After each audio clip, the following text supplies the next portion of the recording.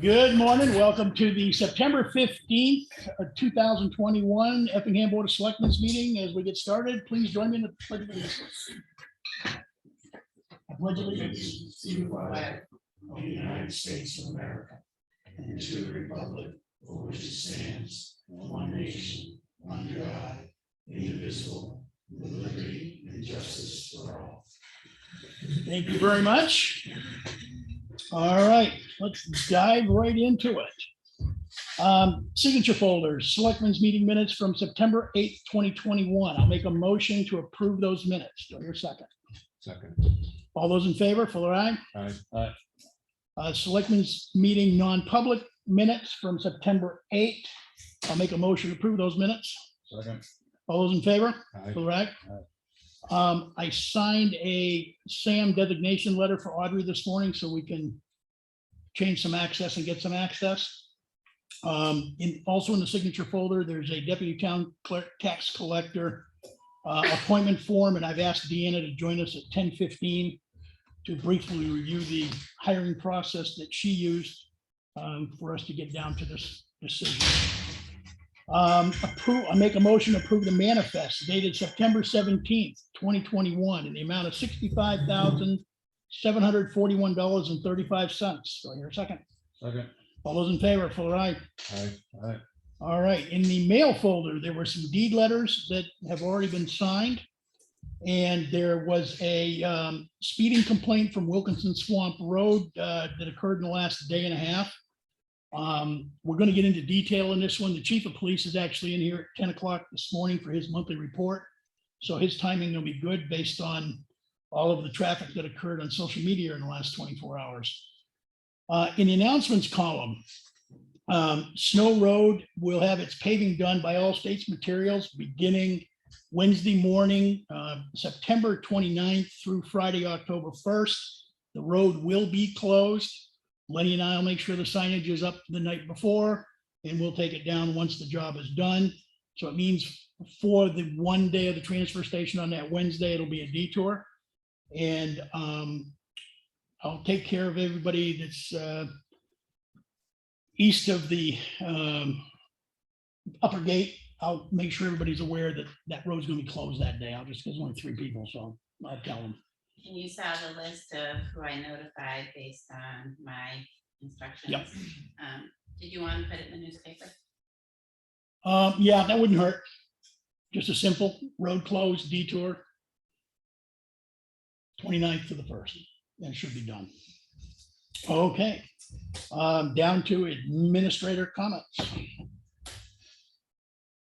I reached out to Clean Harbors on the waste oil program. Their initial reaction was it's cost towns a lot of money if they get bad oil. But someone did call back yesterday. What happens is they come out and take a sample, and then they bring it back. 2 to 4 weeks later, they come back. It's $165 and then $1 per gallon. And then I also researched an idea of what other towns do. They very specifically say motor oil waste, not just waste oil. Mm-hmm. So I think that wording might be important.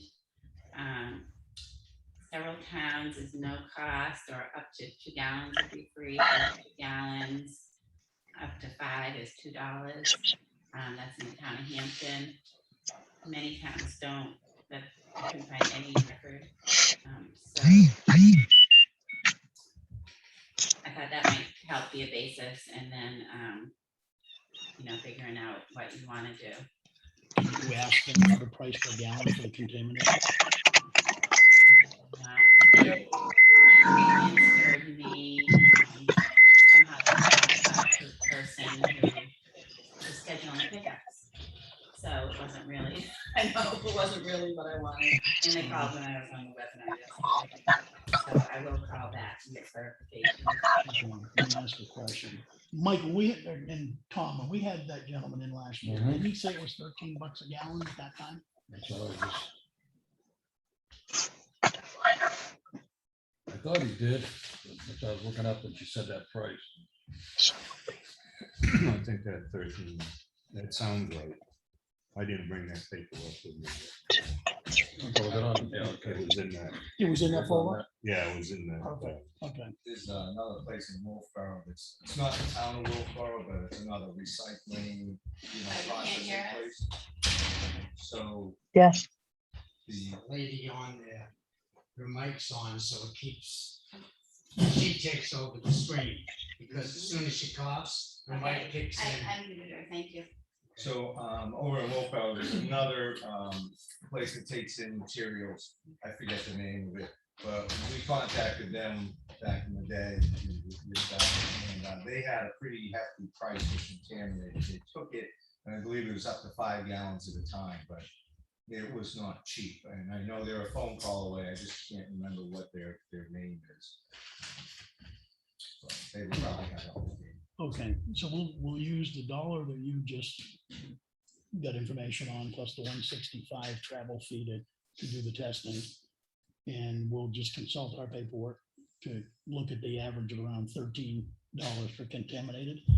And then, once we've verified that with that paperwork, then next week we'll just talk about what we're gonna have for a price tag for contaminated oil. That makes sense? Yeah. Okay. So Chuck, how are you gonna, excuse me, how are you gonna tell if it's contaminated at the time? You're gonna test strip everything that comes in? Nope, because they're $9 a test. Right. So we're gonna basically use blue barrels. And the guys will basically, with my discussion with them, they can catch most of it Right. with their visual and their sniff test. Antifreeze and things like that in it. We'll end up filling a blue barrel, and we'll use one of the test kits because they're like $9 a piece. And if that barrel is okay, then we'll transfer it into the new large containment that we're getting, and then start over again. If it's contaminated, we'll just set it aside, mark it as contaminated, and when we do the waste disposal, we'll have to pay for that one to be dumped at a bigger price. Okay, because there was two things there. One is with the contaminated, depending on the level, you could transfer between the blue barrels and try and level it out to make it pass, which Clean Harbors guy explained that. But a lot of the oil that gets dropped off in a rush, and the guys can't really be attentive to it. So you don't know what you got, who you got it from until much later. So you could start receiving contaminated stuff just by. But they're gonna have to dump it off and pay for it. So it should help us identify. And you'll have to make sure the What's guys going address it. Well, I'm thinking, based on that presentation we had last year, I'm thinking about trying to get that guy or one of the other guys back in Yeah.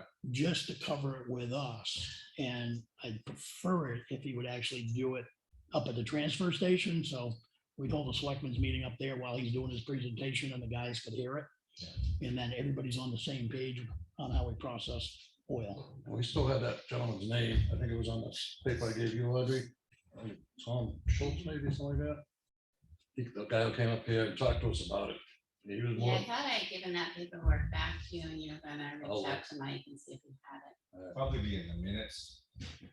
but I think he'd be more than glad to come back up and talk to us again. All right. Can you see if you can find that?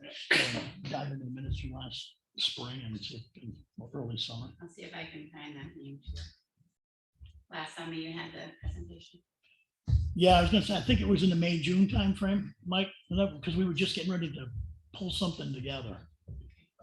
Because it's, you know something, Audrey, I'll be able to get it for you. I'll go back into my email trail with all of the research we were doing, and I was sending out looking for different pieces of information, so I'll have a good target for you. I'll do that when I get home. I received an email from Waste Management last night saying that their turnkey landfill has limited capacity, and they say extremely limited. So I don't know if you want me to reach out to them and find out how that's going to impact any of our pickups so that you can coordinate where you keep things until they can pick up. We've got a contract for them to pick up.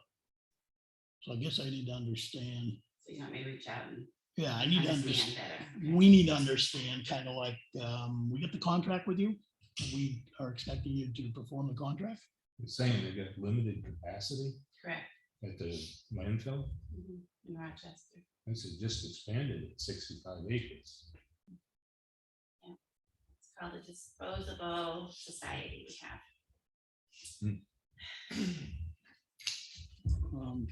Yeah, that's probably a lot was gonna, they're pulling in a lot of trash I hear from Massachusetts, so it's probably filling up very Yeah. fast. And David and I are putting together the addresses for the loggers, and I spoke to the chief, and we'll get that letter out this week. And you already mentioned the deed letters. And Audrey, on that logger letter, Yeah. can we also make sure that Dave has a stack of those, so when we're Yes, giving out the logging permits, we can attach that, Right. FYI. and there's a total of 14 loggers that we're addressing this year. Okay, The final USDA reimbursement request has been submitted. And and that's for the Snow Road Bridge. correct, yeah, Yeah. it was something like $172 that was remaining. And I would like to put out a bid for our computer support. I don't find I'm getting responsiveness. I've had a couple emails saying our backup isn't working because we've reached capacity. I don't think we need to back up our videos. They take a lot of space. They're on YouTube. Yeah. And if they're also on a local drive here, that's duplication. And I'm just not getting the response or attention. Oh, that's good. So I think I'd like to I'm put done. that up to bid. When I had chased some of that a couple years ago, I did get some good responses from a big service outfit out of Plastow. But they charge travel time, We which use that would in be quite a, Tamar. Armon, is that who you're using? Yeah. that's who we used in Tamar. I was impressed with the discussion I had, but when I saw the distance to travel and we'd be paying for that, I kind of low keyed it, but if we're gonna go out, let's see what we can get everywhere. And I would see what we got in Maine too. I mean, there's something over in Gorham or something like that, that looked too. Okay. And one of the things that came up last week was, or in our discussions, was that I think you think that the town emails are being archived, Mhm. and I don't believe they are. So that's something we need to research. Because When that's an outside type of service, and our local computers that the email gets on Yeah. is not, they're not backed up. Only the server gets backed up. And so I think if I delete an email, It's gone. It's gone. All So, right. I know when we were doing that upgrade, we were looking at the fact that Outlook retained copies of all that stuff. And we were supposed to, as part of the design, and it looks like it fell through, be able to get archived copies of that stuff. So that we may be able to still get the back copies, because they're sitting out on Outlook. So, okay, so we do need to research that. I just Yep, want to bring that that's to your good. attention. Yep. And I have started working on job descriptions after our conversation last week. We don't have formal job descriptions for myself, Arlene, or David. And hopefully in a work session, not too far, we can do some of those. okay, That's all I have. thank you, Audrey. Mr. Hart, Yeah, not much. I just got a sign for the detour coming up on Snow Road, and I was out of town a little bit last week too, so I just had a couple of questions for Audrey. I can ask you after. And it was about an IRS question. If you after Okay. on it. That's all. sweet and done? Yeah. Good. Lenny? That IRS thing, that was the bill in the manifest. Okay, got it. Any word on the brush cutter? Yeah, he said he hoped to get out here this week. We So ought to, he sent the insurance and you, right? Yes. we ought to put something down so he knows what he's gonna do. He's gonna call me night before he's gonna come out here. I'm gonna meet him up at the Granite Road area, another road. We're gonna get into that area there. But I mean, we should say that, go Here are the roads. 7 feet back, or, Oh, I got you, yeah. What was the norm, do you remember? Well, the last contract we had with, what was his name? Eastman. Eastman. That said 7 feet, so that would have been like 2 passes with a bush hog. Okay. But you can't always get back that far due to rocks and stone walls. 7 feet if you can do it. Yeah, 6 feet anyway, Okay. and then go up with what's hanging over. But we ought to have something so he knows what we're Right. expecting of him. And anything on the oil signs? No, that's what I call them. No, okay. That's where they were coming from, Clean Harbors. And when I was talking with Randy about the trees behind the fire station, there's some vinyl siding there. It's left over from the Yeah. gable ends of the fire station. What do you think about taking that to the transfer station? So if and when Kevin Cody ever gets there, We could slide that. we can use it There you on go. the building. That would work. Okay, because it's kind of in the way. Yep. Is there enough there to do kind of the? No, there's not much there. All right. Okay. You know, we should do something. with Get it. some of it done. Instead of just sitting there. So. Okay, we'll get that moved over. So that's all we got right now. Okay, I'm gonna take a look at the agenda and I'm actually gonna dive into the new business list that's here, which is before the old business. First item, the Municipal Resource Inc. Fire Chief request for a quote for contract to hire a new fire chief. We actually did a bunch of, I did a bunch of research with a number of different areas and got minimal, no response or support. And I had originally been referred to Municipal Resources as an option, so I followed up with them, talked to the fire services director over there, a gentleman by the name of Brian Dugan, Dugan. Found out coincidentally that he actually lives on Gray Fox Lane here in Effingham. So he's a little bit familiar with the area. When I had originally talked to him, he said he would provide something that would give us a work order at time and expense. And he said, basically, usually that would be upwards of $5,000. And that would be an open interview live, pretty much take half a day or more. And it would have to be here and we'd have to stage it. He offered an alternative when he finally sent the contract to me of a lesser fee rather than $5,000, it would be $2,870. This particular process would involve Brian doing all of the normal hiring and interviewing process, a grid scoring system. So it takes the bias out of everything because it's a grid that actually determines what the high number is and the individual that comes away from that. And the selectmen could be involved with that process so that we could make use of our time, so we would not have to have another meeting to have people come in and say the same things to us. Subsequent to that, we asked a few additional questions, which I did send out to everybody here, plus the town, regarding if no candidate comes into view during the process, it would basically be an hourly fee to repost it, or be a charge to repost it, and an hourly fee to see what we could get for additional people. We are going to probably have a bit of an issue because we are not a paid position for the fire chief.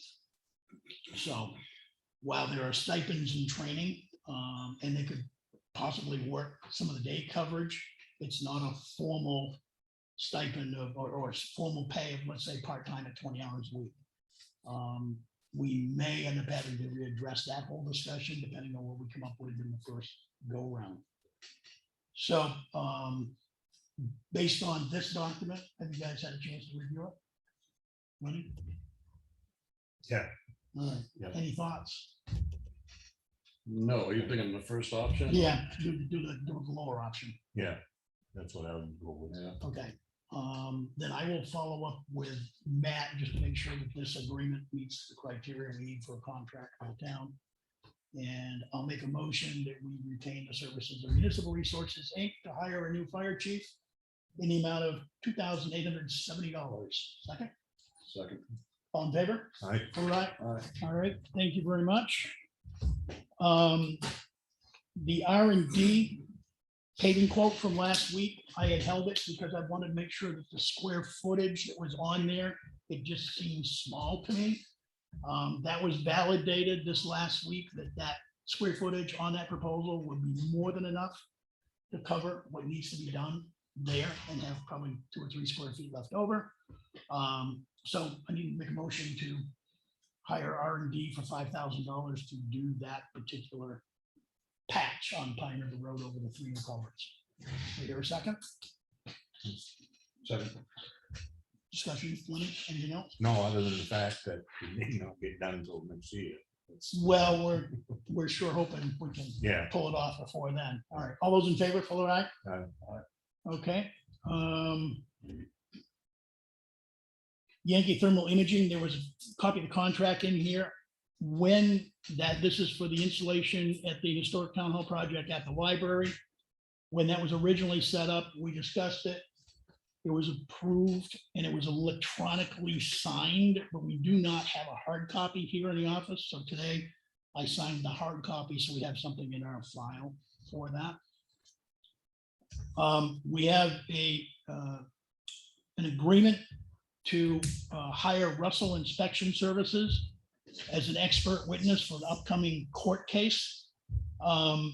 Matt, the legal counsel, reviewed it and came back and actually made 2 or 3 suggestions that he wanted Russell to add to, and it's basically specific names of the case, court docket numbers and that kind of stuff, but have Russell add to that. And then we would basically be in a position to review it and sign it. Do you have any questions around what needs to be done? Lenny? as far as, We hired him as the expert with us. He's done the no, work. yeah, Okay. no, I have no questions. All right, I'm gonna make a motion that we hire Russell Inspection Services for the expert witness for the specific case that will be itemized in that document. That court case is actually gonna take place next year. It's already scheduled in Superior Court. Do I hear a second? Second. All those in favor? Aye. All right.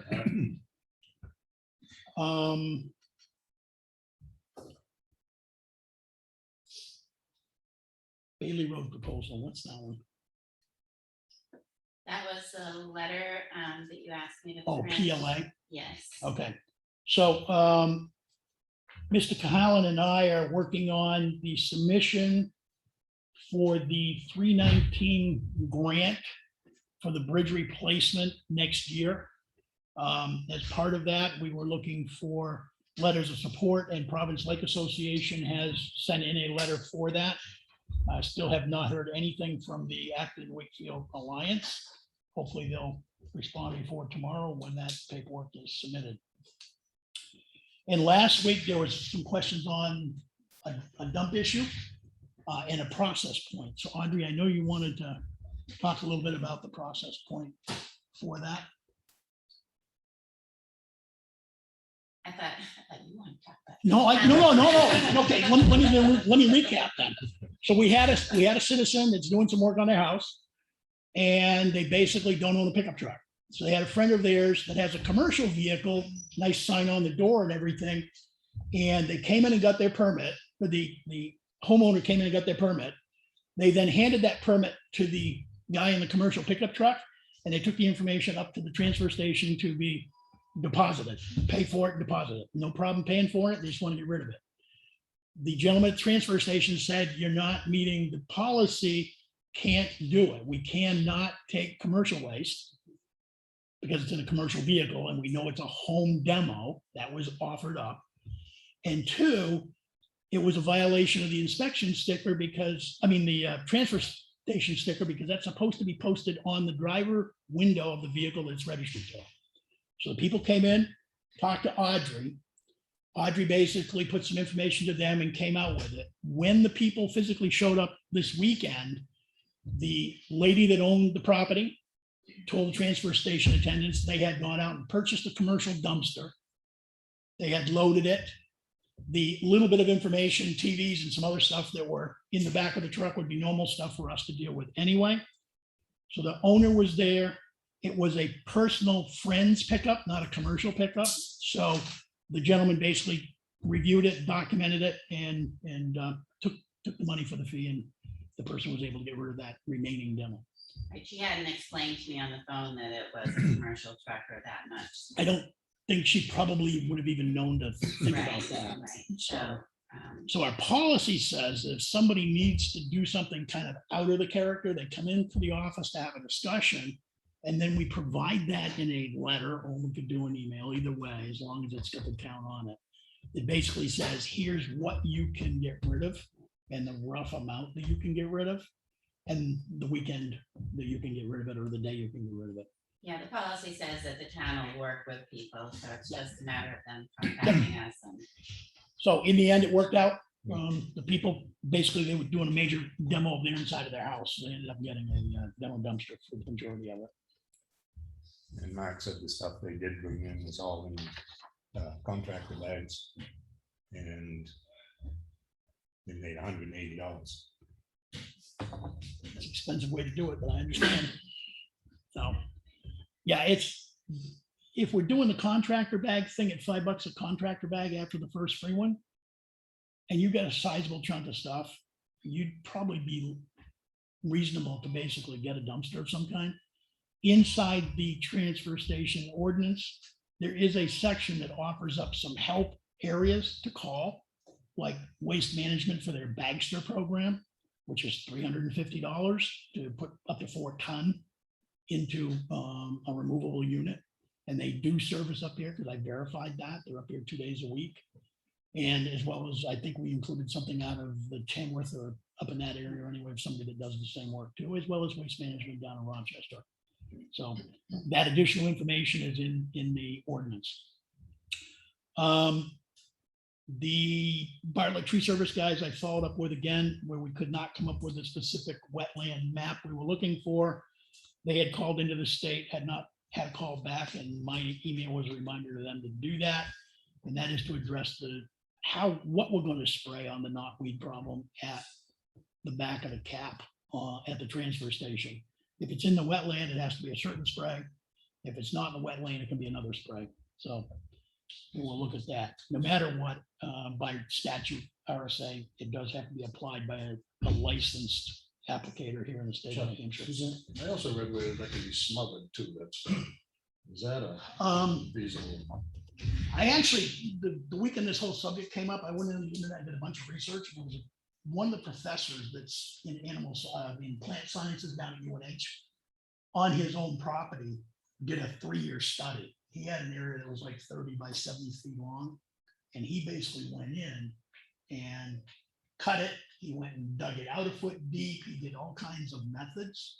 And the digging it down a foot didn't hit all the rhizomes, so he still had stuff coming up. Just cutting it down and smothering it with chips didn't really do the job, because it came up through the chips. So what he ended up doing was cutting it as low as he could, putting in a layer of 4 or 5 inches of chips, putting on heavy black plastic, and another 6 inches of chips.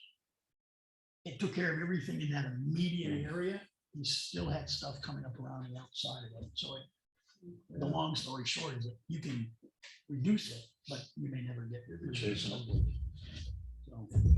On the Conservation Commission in Milford, it was fairly effective using old carpeting. And I don't know if the transfer station, if that would not be aesthetically good. well, it's on the back side of the fill. So I mean, I'm waiting to figure out if the state comes back and says, no, we can't spray, then we're gonna have to look at the other So we cut alternatives. it and put old carpet on it. Did you get the map that I had forwarded? Yep, and it didn't have what we needed on it. So it was, but I forwarded it to him anyway and said, here's the only thing we've got. And when he looked at it, he goes, okay, he goes, I'll just call the state and explain it to him. So it's like, yeah, okay.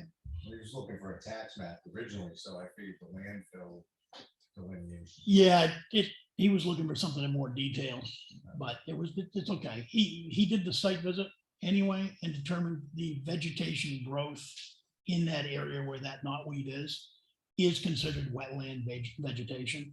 So he's pretty sure the state DES will approve it. We'll just have to use the wetland type of spray that would be applicable. Let's see, next thing, the town investment policy. I did not follow up on this from a month and a half ago, 2 months ago. I was gonna go out and talk to the treasurer, which I did, and incorporate some comments, which I forgot to do, in the document, so we could bring it back here and make sure we're agreeable to what's in there. Audrey and I are working on getting that information over to the treasurer. And we have a document we'll be shipping over this week if it's not already gone.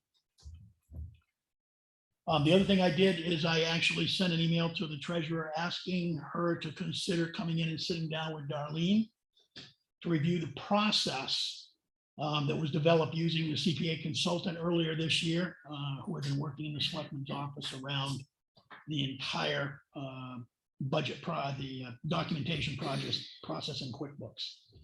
So, Bailey Road Bridge DES permits. Mike, do we have any update on getting proposals in for that, or? I'll actually reach out to him again. I have been waiting and I meant to call yesterday and I didn't.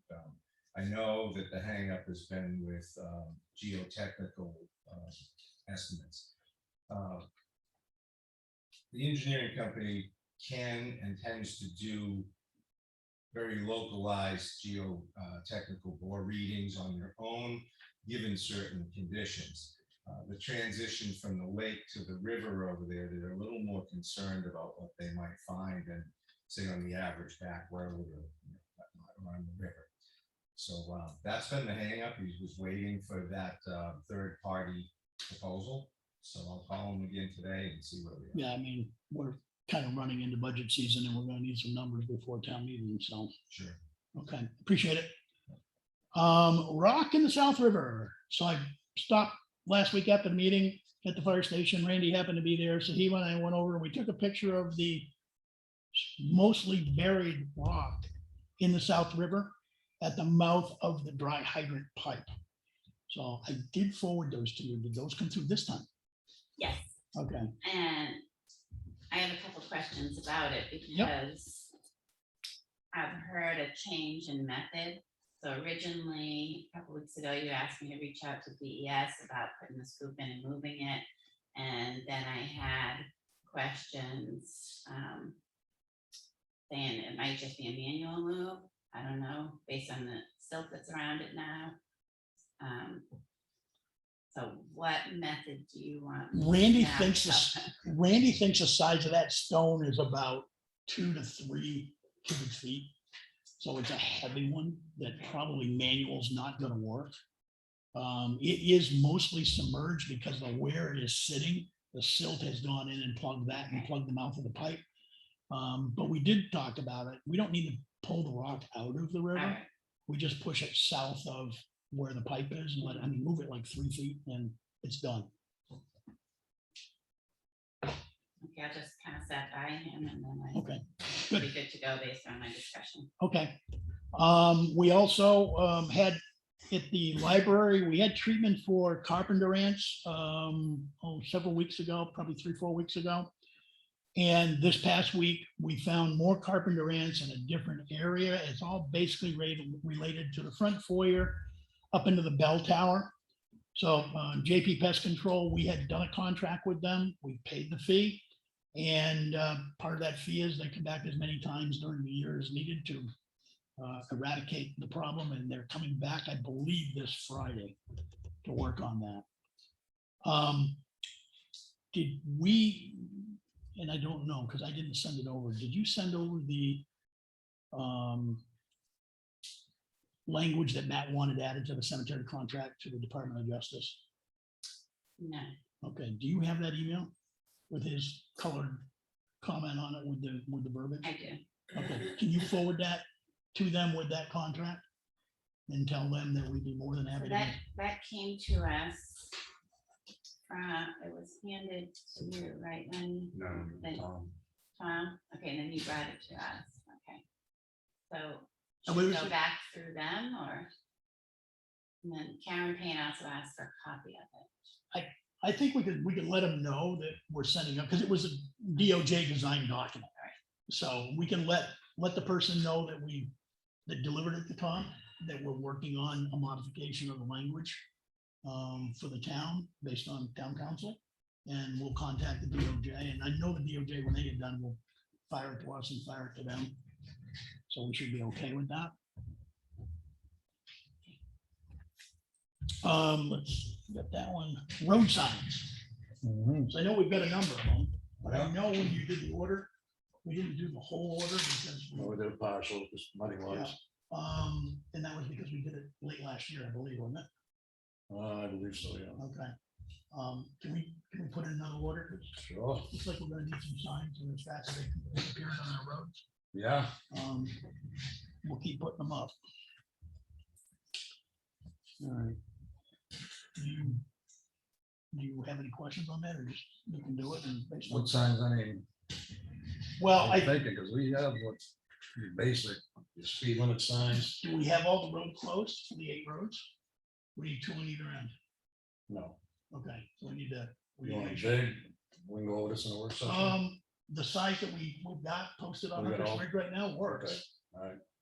And people are recognizing it, because I followed a guy down there the other day and he didn't take the right, he kept right on going on Alright. 153. So, Because we use 4 down there, we're planning on 4, right? Yep. There's 3 now down Yep, there. yep. Put that other one right in. yep, All right. so, yeah, and then stop signs. We're not gonna do 4 for each. No, There's no, 2, just, right? just that one because of Alright. the seriousness of that particular road. Yep. Stop signs, do we have enough based on the original schedule? 6 of them out there, 24 inch. Was that the total of the original order? No, that was with the, what we ordered. Yeah. What was the And we original? had in there, we had one in there, 24 inch. Okay, so do we have enough based on the road research you did Yeah. last year? Okay. We got plenty of speed limit signs. Have we already Also used new one? and used. Yep, have we already got one used up on Wilkinson Swamp where they stolen it already? No, the one's out there marked for that. Okay, all right, And a stop sign's marked for that too, because that's gone too, okay, all right, from Wilson Swamp. okay. You know, they can put them up and they take them down almost as fast as you put them up. All right. Let's see, we mentioned Snow Road Bridge paving. The chief is gonna be in here in 20 minutes. Chief of Police is gonna be in here in 20 minutes to discuss his monthly report. And at that time, based on all the activity that occurred in the last 24 to 48 hours, we're speed discussions on social media. It just happened that the timing works out good. The chief's in here. So I want to kind of hold that discussion for when he's here, so we don't have to spend time repeating it. And we'll dive into that at that point. Okay. That is all that I had on this list. Anything in public comment? Yes, we have someone on the computer Yep. waiting. Computer first. You Are you talking to me? Unmuted. But Hi, you wanna see why we're not hearing you. I'm Tammy Tuttle and I live on Wilkinson Swamp Road and I kind of heard you talking a little bit about that. Yesterday, Okay, My go dog ahead, wa- start. I'm sorry, Tammy, go ahead and start again because I had to fix my computer. that's okay because I was having problems getting in here too. My name is Tammy Tuttle and I live right on Wilkinson Swamp Road, 146. Yesterday, one of my, I call them my children, but it was my dog, got killed. He has a shock collar on, but it malfunctioned. They're driving like way too fast, and I get the speed limit's 35 miles an hour, but these dirt roads, we need to bring these dirt roads to a lower speed limit. First of all, there's no room for 2 cars on certain areas of that road. And I know you close part of that road off in the wintertime, but it's like a racetrack down there. Those logging trucks that are logging down there, they must be going 50 miles an hour. And I know that's what killed my dog yesterday. And I think as a community, we need to start going. 1 second, you muted yourself somehow. Helps. Go ahead. It helps us. It's a big issue. Tammy, can you be on at about 10 o'clock this morning? Yeah, I mean, I get you, we don't have enough police, but why can't the state police and the sheriff's? That's one of the reasons I want to have the chief of police in here to let you know and the rest of the people listening to this, what the issues are with manpower with any of the other agencies. They Yeah. don't have the excess manpower either. And they're covering much larger square mileages of territory. But Joe can speak to that in detail because I actually had asked the chief a ways back what the heck was going on with that and why we couldn't get more. So I want him to be able to explain it so you can ask him questions. And I get that, because my concern, I have grandchildren that live in my house. She's 2 and she darts off. We're looking at getting fencing, but she's 2, she darts out. You muted yourself somehow. And I would expect you guys to be the same way with your families and your animals. So can we look at getting some, oh, good. We'll put the chief on sooner than later. Your timing is good, chief. You're hot on the spot. We have one of our citizens from Wilkinson Swamp Road on the line right now. And I just asked her to hang around because I knew you were going to be in at 10. Yep. So she could kind of repeat what she's been telling us. Sure. So, Tammy, would you kind of recap, highlight Chief Duchesne is here from the police department? Hello, sir. Yeah, I can hear you. So my concern is the speed limits on these these dirt roads. Okay. First of all, Wilkinson Swamp Road, if you drive down it, you know there's not room enough for 2 vehicles. Right. And yesterday my dog got killed, which is like my child. My 6-year-old saw it and its grandson saw it and is devastated. Sure.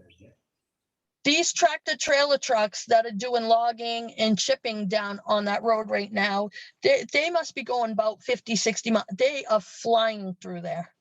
And I know that's the one that hit the dog yesterday. But my concern is even 35 miles an hour is way too fast on these dirt roads. Of course it is. So we had a GPS unit device on it. Well, we didn't, but there was one placed on that vehicle. And the vehicle, when it first went by your house, was doing 16 miles an hour. And on the way back, when I believe it struck the dog, it was actually doing 14. I don't believe that. Now I understand. It's straight from the GPS units though. So I can't see those making a mistake, but I suppose anything's possible. As squished as his brains and all that was out, I don't know. Right. Well, you got to imagine, man, it's a big truck, and I get it. there's some weight behind those vehicles. I know you know that. But even I'm not just talking about the dog though, because I have grandchildren. If something happened to one of them, Yeah. because they're all driving too fast Sure. down that road, even my neighbors, and I get if we call you every time, you guys are busy and stuff. Yeah. But We I still mean, make an effort. we're in trouble over there. I'm sorry. I said, we're in trouble over there. Somebody's going to get killed. It's not wide enough to go 35 miles an hour. Somebody's going to get killed. Oh, I agree. It's definitely not wide enough to be going that fast. So what I'll do is I will make sure my officers increase patrols out there, number one. Yep. And then, I don't maybe work with the Board of Selectmen about getting some better signage. I'd have to go out there and look. Yeah. at it. Oh, Yeah. there's no speed limit signs. Even we've Well, thought it of, should absolutely have speed limit signs. yeah, my neighbor Jen and I, we decided and thought about putting up children play signs, making them. Yeah. Because, Yeah, that's a good idea. but when we said that yesterday, somebody posted one of your officers took down signs, Said what? took their signs down. That was a former officer.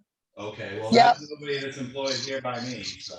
Okay, okay. So you guys don't have a problem if we post children play signs and Not stuff? as long as it's not obstructing the roadway or the traffic in any way, no, I don't have any issue with it.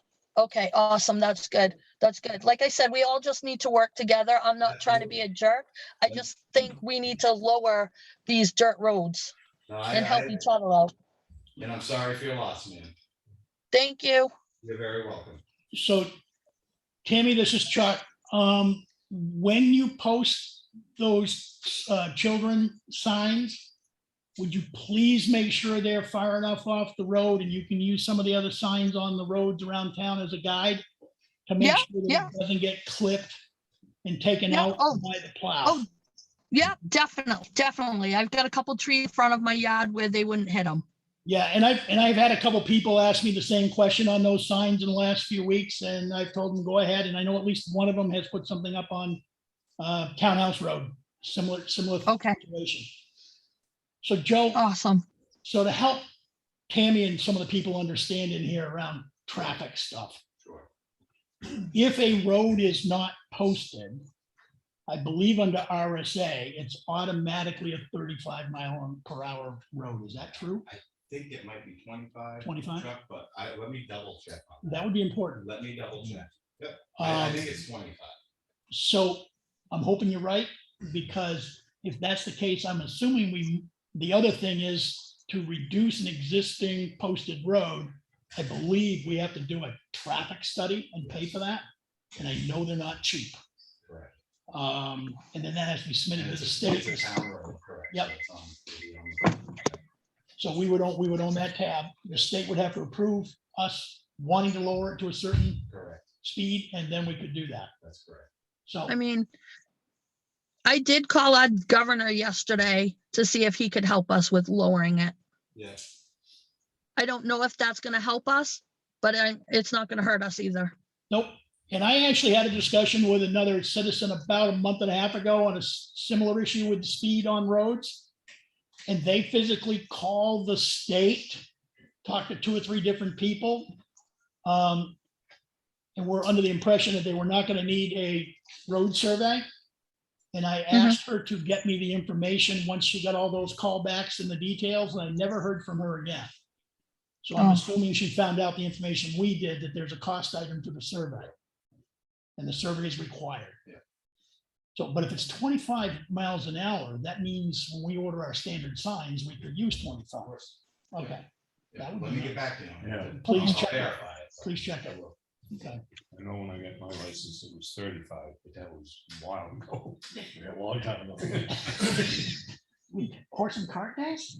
In the Model A, couldn't go 35. Tammy, did you have any other questions for the chief? No, thank you. I mean, if I do, I'll just give them a call, but no, thank you guys all. Anytime. Thank you. You're very welcome. Thank you. Thank you. Is there any other questions, comments from the public here? Mr. Garcelle, I have a couple, in reference to this one, on this subject, if you can. in this subject. 35 is pretty fast for any of these little town roads, let alone a dirt road. But like the chief just got done saying that these guys, this guy in particular, was only going 14 miles an hour. Those big trucks sound like they're going a lot It's deceiving, faster. The correct. perception is different. So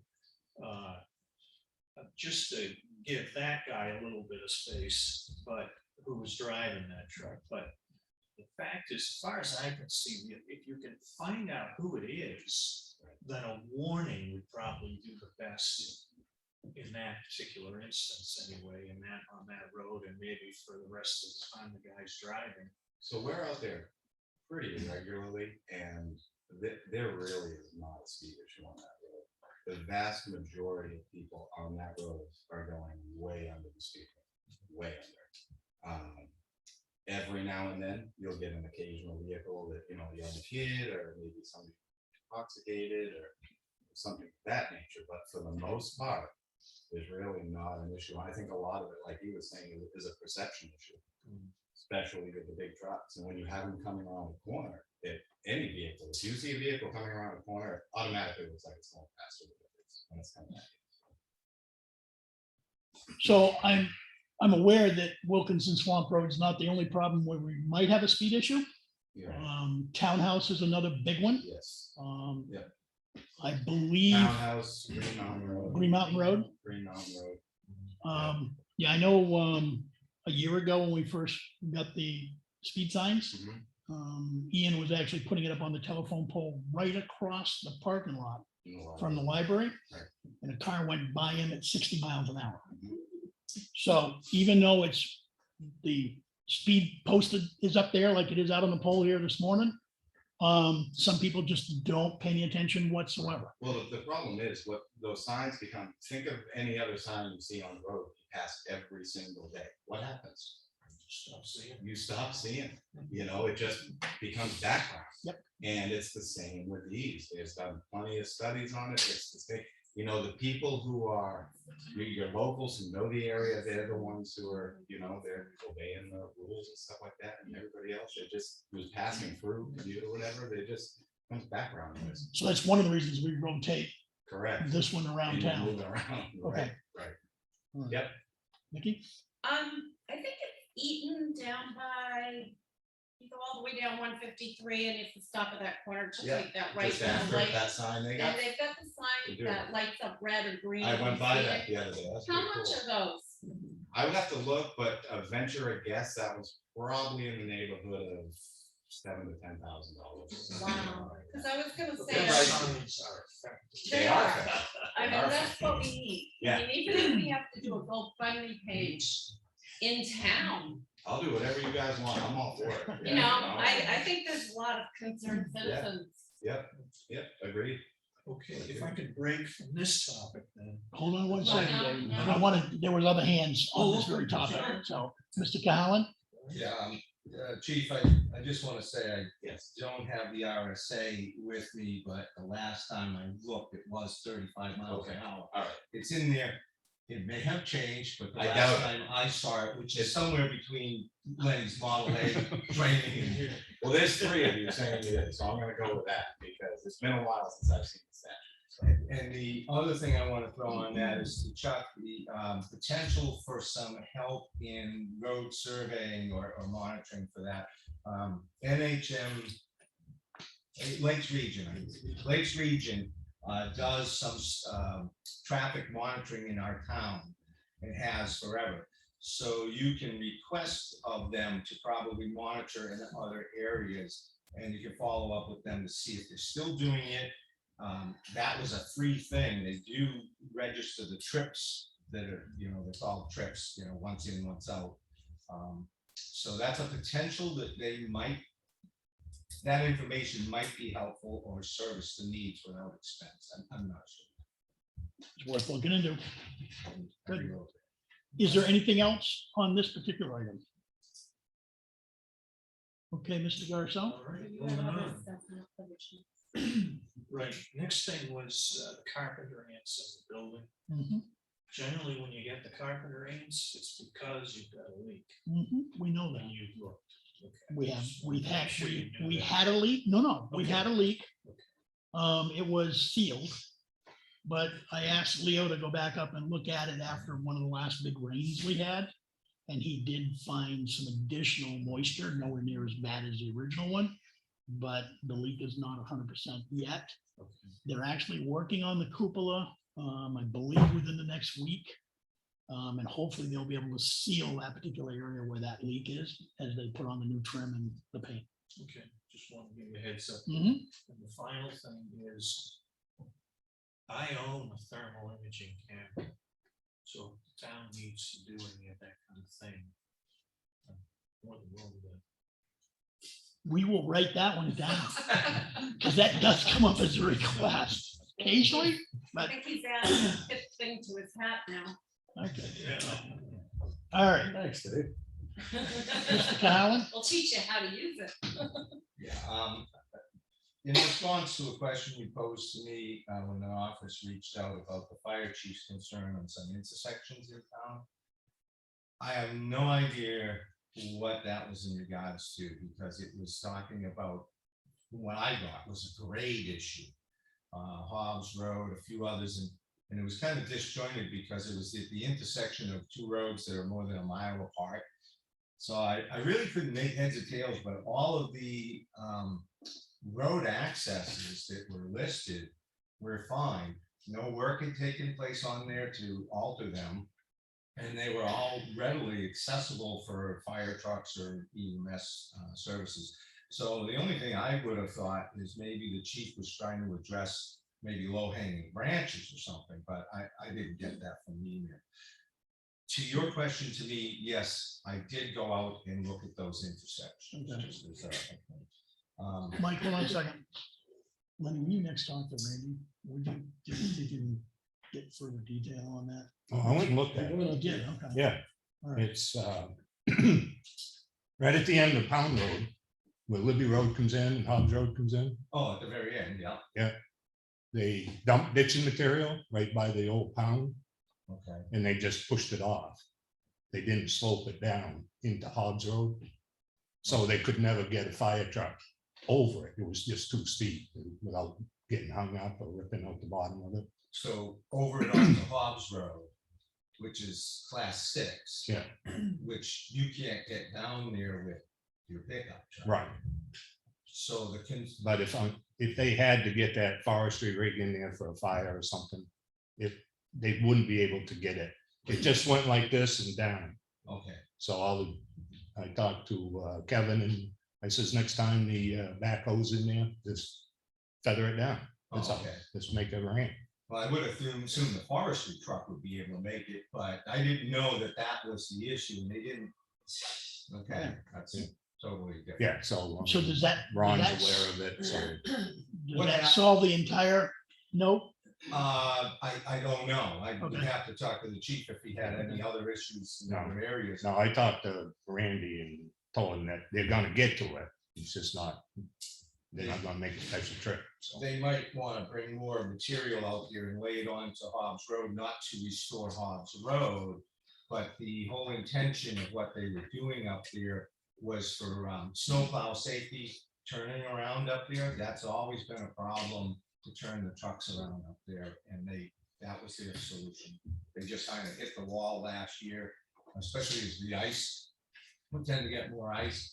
This become real problematic in turning around on some of these roads. Okay, Yeah, now that so makes more sense. That's what it was. Okay. Good. So can we say that one's Yeah. solved for the point? Yeah. Okay, good. When Ron's gonna get to it, I don't know, but he's aware of it.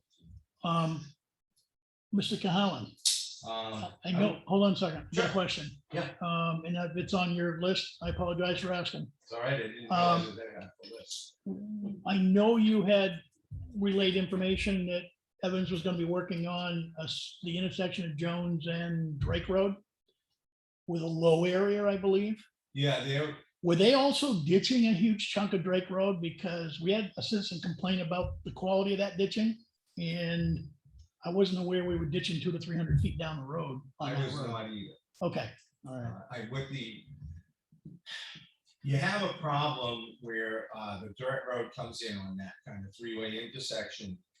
And it always runs a water gully across that road. There's a telephone pole in the center. Mhm.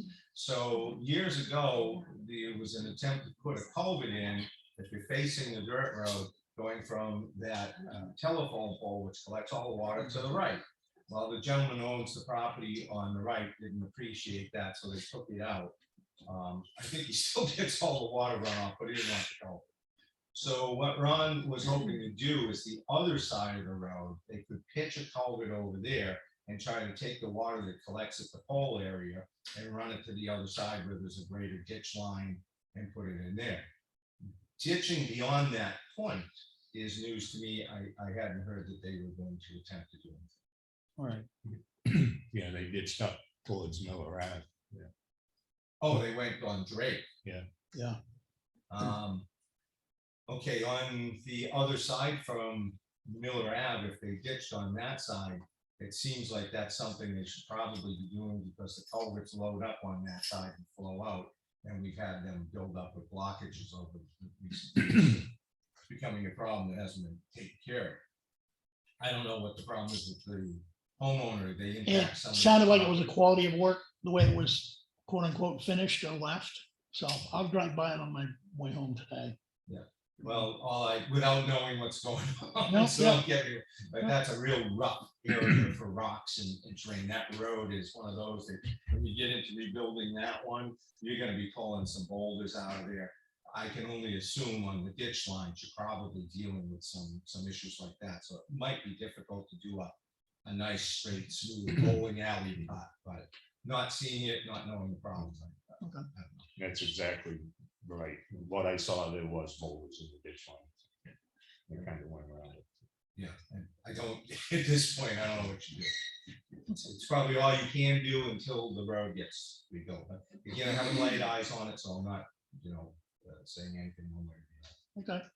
Sorry for the interruption. Thank you. No, that's, knock them off. I had mentioned to the contractor that shouldering on Townhouse Road was never completed the other year. And it's still a concern to me. I assume it would be to you guys, especially up where that hill goes up and over. So I don't know if that's going to be gotten to this year. I understand they bought a new motor for the piece of equipment that does that kind of work. So if you've got money in the budget, I requested a budget at an actual this morning, so I can look at some of those numbers and see if we can afford to continue doing this stuff. So that was on the list. The other thing you touched on was the banking investment policy. And I know there was something earlier in the year about banking and maybe it wasn't a secure account and all like that. Your investment policy, I read it, I've seen the whole thing, and it addresses the RSAs by statute, what you can and cannot invest in a municipality. And just want to take the opportunity to say that the banking arrangement with Bank of New Hampshire absolutely adheres to all that. The three types of investments that can be purchased and repurchased through the agreement are what's listed in the RSA. They're all government funds, totally secure. Everything's protected above and beyond the FDIC, limits. So there was some misinformation put out there, and it's all captured in your investment policy, which is in compliance with the Bank of New Hampshire. For example, the Carroll County does bank in the same manner. It's all of them. So, and I had one from Waste Management for you that I've been meaning to bring to you guys. There's a new program from Waste Management that you can take advantage of. It's e-care access. So Waste Management Recycles America is an online portal where the customers can access their settlement reports and tonnage reports. So you can put two people on that as an email address, a contact, certainly the town administrator's office and whomever else you care to have on there. That would go specifically to helping you with your reports, end of the year reports. One of you has to make out. I used to make out for the town. They're getting more complicated all the time, but you need those reports. So if you could just access those, that would be helpful to someone here. And your reports are pretty concise from NRRA, so that's not an issue. So just thought I'd like to bring that. Mike, when's that report due? That's an end of the year report. Beyond that, we have a contract with our town's engineering company who does the groundwater monitoring, the landfill monitoring. That takes place September, October, and we file a report. So that's taking place. So the end of the year, do you file it at the tail end of December or the first part of January? Yeah, it's due Previous year. for March 31st, so you can get all your information in end of the year. You compile this report and then you have to send it into DES. They'll probably give you a reminder on that. Okay. And let's see. I know when you talk about roadside mowing, we used to put that out to bid. You may want to budget for that, and do that in the future. I know that the present road contractor expressed an interest in purchasing equipment to do that as a separate item, so. just, Yeah, we actually just found a guy, new business. Right. We're and gonna try typically out we a use- portion of town. We used to budget for over $15,000, so that used to go out to bid. And I just was letting you know, you probably would find, potentially have competition if that helps you in getting Okay. lower pricing and all of that, you know.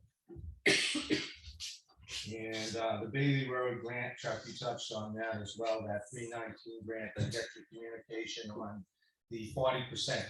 Years ago, it used to be 60% that they would supply to the towns, and the conversation was 40% the last time I talked with Sally. But I guess that got lost in translation. It turned the numbers upside down. So in reading the documents that we recently got, I see where that comes in at the, you know, it looks like they fund closer to 2/3 than 40%. So I would say 60%. Okay, so the numbers that after Sally responded the other day, the numbers I tried to plug in there are real numbers, so to speak.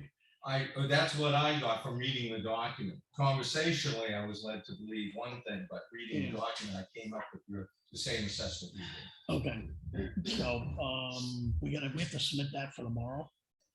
The 17th by 4 p.m. Oh, So you Friday, have it okay. Friday Friday, afternoon. all right. And we're meeting with DES tomorrow, so in the morning. We'll ask the question. Yeah. Okay, it's been posted as a selectmen's meeting, and I believe Lenny and Tom are gonna be there for that session, so. Let's see, the other thing is, I think it would be prudent for us to have a Board of Health meeting to go over some of the things that are not taking place, that are taking place, that should take place. Some updates on how you can check records for septic systems on property. So if we have listings of properties and there's a generic way to catch all on, it's like a single row. You can pull it, it'll give you the designer, the installer, approval dates for the operational approvals. So I'd like to share that with you. Were you able to get any copies of anything around us from different?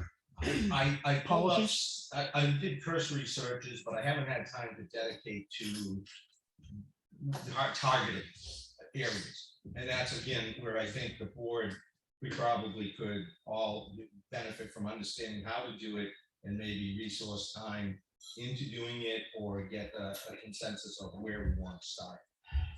So work session wise, I'm thinking we could do, Next Wednesday? Our meeting's on Wednesday. next one? Tuesday. Is it? I'd like to get back to the Board of Health should be a separate meeting, you know, keep minutes and everything, just so you know that the selectmen's meeting, so. It should be a page break.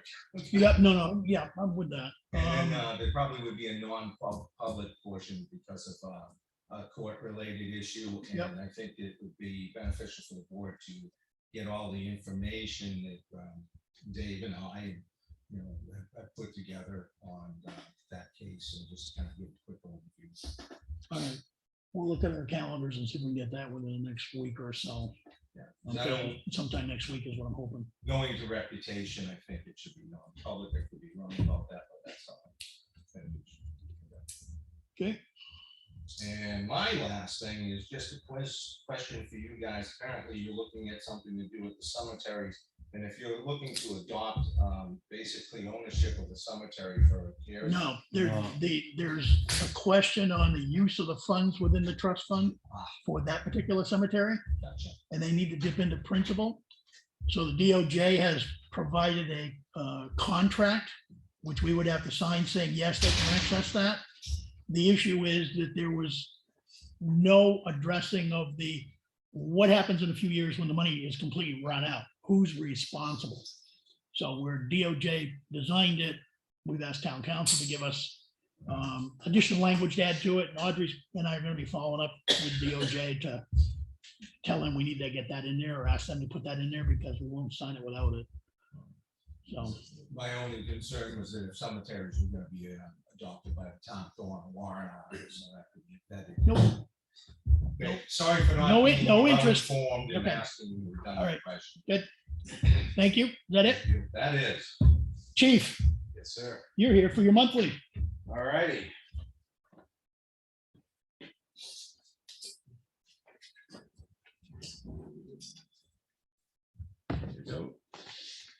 All right, so I use the rest of these here if you want them. The month of August, let's see, this is between us and the sheriff's department. This first set of numbers, we handled 222 calls for service. We made 1 arrest. Motor vehicle stops, they were low this month at 8, and the reason for that is because we took in several calls that required very lengthy follow-ups and investigation. Subsequently took Sean and I off the road a little bit. And we handled 2 motor vehicle accidents. As far as the numbers for state police go, I don't have those for August yet. My email is down, so I don't know if they're in the inbox or not. So I'm gonna check that today to get theirs as well. So that's where we're at right now. 222 calls for service. This is the month of August. 1 arrest, 8 stops, and 2 motor vehicle accidents. And for medical calls, I know there was somebody in here a few weeks ago that was interested in medical calls, and I'm gonna probably divert to Randy for those numbers because he could get them a little more accurate. And we're only really gonna have the ones that we respond to. So if that's a number you guys are interested Yeah, in, we I can say. get the action ambulance reports too that show us the EMS responses. Okay. All right. So that K9, he's doing really good. Training's still going good. He's hopefully going to be tracking certified here within the next month and a half. Then he'll be working on his drug certification. So Sean's working extremely hard with him. It shows the dog is coming into his own now, and he's the puppy's kind of coming out of it now, so he's starting to actually act and look like a police dog. So with some of the discussions that hit social media this last week around policemen not being available during the day, Yep. Yep. I know that there's a potential 168 hours of coverage in a 7-day week. So the problem I'm running into, correct, Yeah. is, in any given week, you have 168 hours. Sean's full-time employee at 40 hours a week, I'm part-time, 26 is where I max out. So without any part-time help, you're getting a minimum of 26 hours, 66 hours a week from Sean and I. The sheriff's department and state police is covering the vast remainder of that. Coming over here, my intentions were great. I hired a slew of part-timers that are full-time certified other PDs, all gung-ho, ready to work, and as the months went by, so did they. And I don't know if life got in the way or what, so I did some searching around to see if it was, a unique problem to Effingham, but we only having an issue getting part-timers to work, and it's not. It's everywhere across the board. Ossipee, where I came from, they work part-timers all the time, and they're struggling with it. All these agencies are. So I just think it's a sign of the times, and these guys don't want to put in more than they have to at this point, which I see both sides to that. But so that's where you're going to see some coverage from us. It is going to be a little thin for a little while. We're doing the best we can, but I've got to get a body on the road. Some bodies on the road. I know some of the criminal cases that you're working on right now are sucking up a lot of hours. That was the reason for the low number of motor vehicle work this month. Yeah, we're finding ourselves in the office a lot, and not to mention I still got to handle court and all that other stuff that comes in. So it goes along with the chief duties on top of the patrol stuff.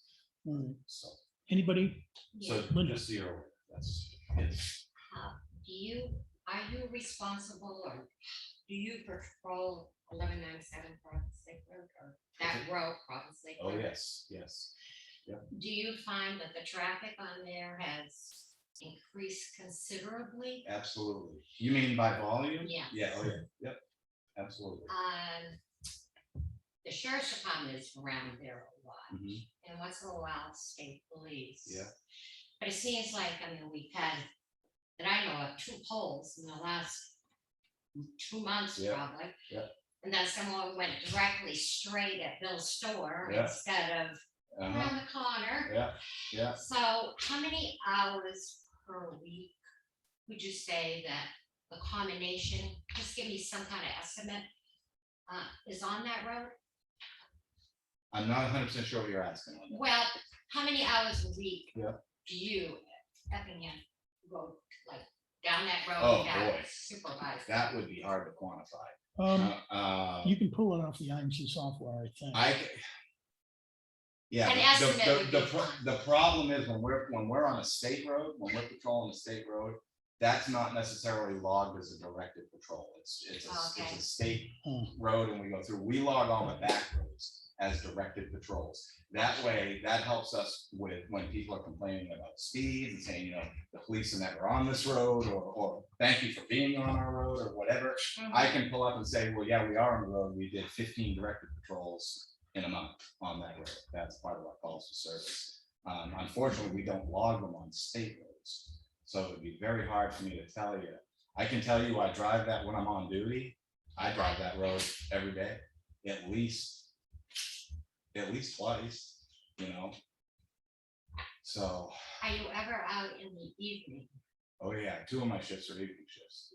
That's why sometimes I'm not around during the day because I'm trying to help cover the evenings as well. Can you tell me what the hours of your evening shift are? They vary, but typically I have a guy on from 7 a.m. to 3 p.m. There might be a little bit of a gap there, and then I usually come on later so that we can have some coverage later into the morning hours. So sometimes I'll come out and work like at 6 p.m. to 2 a.m. Or, if I gotta move my hours around because like I said, I only got 26, so I'm trying to spread them out to get the most coverage. Maybe I'll do 6 hours this night, come out for another 6 this night, you know what I mean? Then if I got something to do my day duties like here, I gotta just juggle that around. So, yes. Couple things, throwing back to the speed limits, like Lynn was touching on, as well as some speed excesses around certain areas on 153. 153 going through Effingham, best that I can recall, is posted at 35 miles an hour. That's a state, double lane, double lined road.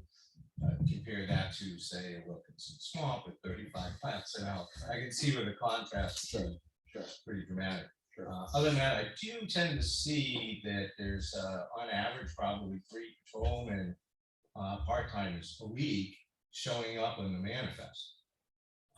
Eldridge is in there a lot, Diaz, Mullins, perhaps some others that I'm not thinking of. So you do have some part-time. Some, we have some. It's not quite that robust, but Tyler Eldridge has been working for us lately more than he was. Eric is one of the ones that cut his hours way back. He was giving me 2, sometimes 3 days a week, and the town of Freedom just offered him a lot more money than we can, a lot more hours, so he jumped at that. So he is now only working for Ossipee here and there, part-time, us when he can. He already was out with him yesterday, so I mean, it's not like it was when I first started. They were all So to highlight your dilemma as a point of freedom, my understanding is the dollars per hour increase over there. There's been a bidding war for years, basically, for part-time. sure. But that has jumped significantly, as it not? In the town of Freedom it has, which is going to significantly impact the rest of us, if there's anybody part-time that still wants to work. And do you know what the hourly rate is? Yeah, so we pay 25 and they went up to 30 Yeah, for a part-time officer. I just wanted to get that out, thanks. Yes, so full-time patrolman over in Ossipee don't start at $30 an hour.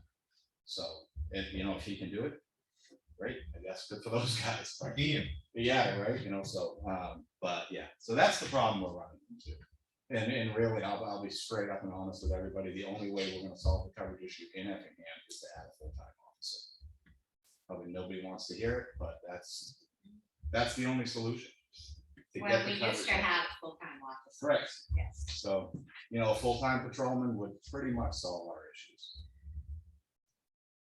And what would you want for part-timers? Just do. If I had a full-time patrolman, I probably wouldn't really need much of any. Maybe keep one on the books for here and there if we needed to fill in that type of thing, but yeah, that would drop significantly. I think it's gonna anyways, regardless, and it's just how do we want to deal with it from what kind of coverage does the town want? So, Especially with the amount of traffic going up and The up. traffic's insane, and not only that, the call volume. I mean, people think Effingham is a quiet, sleepy little town, and I'm telling you right now, That it wasn't. that 222 calls for service, do the math, divide that up a day. And then, and that's not counting with the state police handle, so it's a lot for a small town. Two guys. So again, to you, chief, the other day I was going down just really recently on 153 down towards between Effingham Woods Farm Road there and Rufus Mountain. And you came out with your lights on, apparently in my view, to pull me over. I didn't quite know why, I wasn't speeding. But then you went right by me and grabbed another car in front of me. And that was probably somewhere, early evening. So I know you're out there. You scared the hell out of me. Yeah, we're out there. And I thought it was you when I caught up. It was you. You barely see me. Through dust. Yes. All righty. Any other questions for the chief for this month? If not, he'll be back next month. Thank you, sir. You're very welcome. Thank you. Thanks, Joe. Thank you. Chief, Thank you. I have something for you too. Thank you very much. All right, next item, I asked Deanna to come in with Barbara. We will be appointing Barbara as the deputy. And I asked Deanna to come in because I wanted to ask a couple questions to just validate process, because we talked a lot about that. So Deanna, I understand you did do the advertising as required by our policies. Yes, And how many people did you get respond to that? one. And with that one person, I know you told me they were qualified, but did they indicate that they did not want to do the total number of hours? Correct. Okay.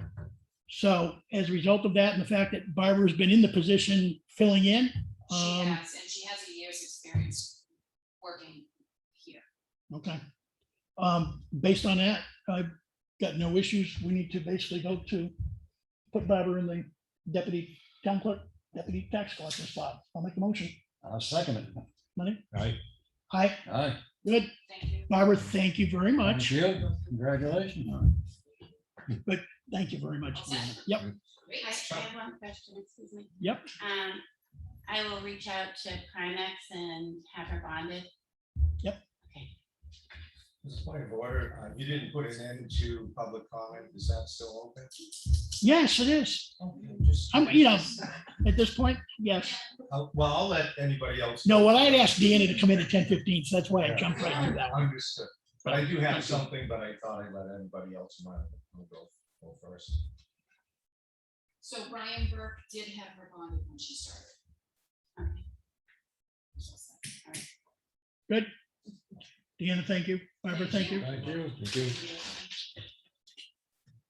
Nobody else has anything. I have a kind of a concern that goes back for probably over a decade in process. I know that this is something that Jury Agenti used to bring in all the time. Oftentimes, Jury and I was served on boards together. We didn't always agree, but this one we always did. And that is the point of enforcement in the town on our zoning ordinances. Is under section 1101 enforcement officer, the officer is appointed by the board and is an agent of the board of selectmen, as it states in 1101. And it states the enforcement officer shall administer the zoning ordinance literally and shall not have the power to permit any use of land or buildings not in conformance with this ordinance. So that's pretty relevant. And if you attended some of the law lecture municipal trainings, there's also some language that addresses issues with how does a building inspector decide whether to issue permits in the new subdivision, site plan, uncompleted streets, utilities, so on. So it goes on to say, no permit shall be denied on the grounds of uncompleted streets, utilities, construction of such utilities. Oops, I'm on the wrong one. I'm sorry. What standards must the building inspector follow when issuing a building permit? The building inspector should not issue a building or occupancy permit for any proposed construction, remodeling, or maintenance which will not comply with any or all zoning ordinances, building codes, state building or fire codes, or planning board regulations which are in effect. It would be a misdemeanor under RSA 643:1 if a building inspector knowingly commits an unauthorized act which purports to be an act of his office, or knowingly refrains from performing a duty imposed upon him by law or clear intent of the nature of the office. Now, Mike, just for clarification, in our particular case, in this town, the zoning officer is the one that issues the permit, not a building inspector. correct. Okay. So, and what troubles me is that folks like myself have served on planning boards and zoning boards for years on end. And some of the building permits that have been issued are in direct violation with our zoning ordinance, and some certain liberties or interpretations have been made in the past. Now, typically this builds up to a boiling point with board members, and we end up dragging our attorney in for, I don't know, $1,000, $1,500 to sit down and go through all this. And the outcome has usually been to tell the zoning officer, you can't be doing this anymore. You overreached, you exceeded your authority. Don't do it anymore. And then time goes by and we're back at it again. So to me, the zoning ordinance should apply to everybody evenly in the town. And a building permit was issued even though planning board members had concerns prior to it being issued. That was sent out to the enforcement officer who came in and issued a building permit in a setback, which can't be done, and an expansion of use on a commercial entity or a non-residential property, which has to go through a planning board. So you can't issue it till a planning board's seen it. And basically, if you need a variance, it should have gone to the ZBA. So you're really kind of undermining both of these boards. And I say you because this is your agent, it's your signature ultimately that's going on here. But I look at the property in question, and I've got no problem with whatever takes place there under the, goes through the process. But it's on Province Lake Road, and it abuts a lot of properties there, 30 something, I think it was, when they had to do their initial site plan. So they went through a site plan, so it was recognized in the past that this is the situation on this property.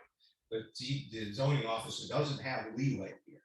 The next thing is we have the Spezzano family who's had a couple of properties down on Bailey Road that abuts here.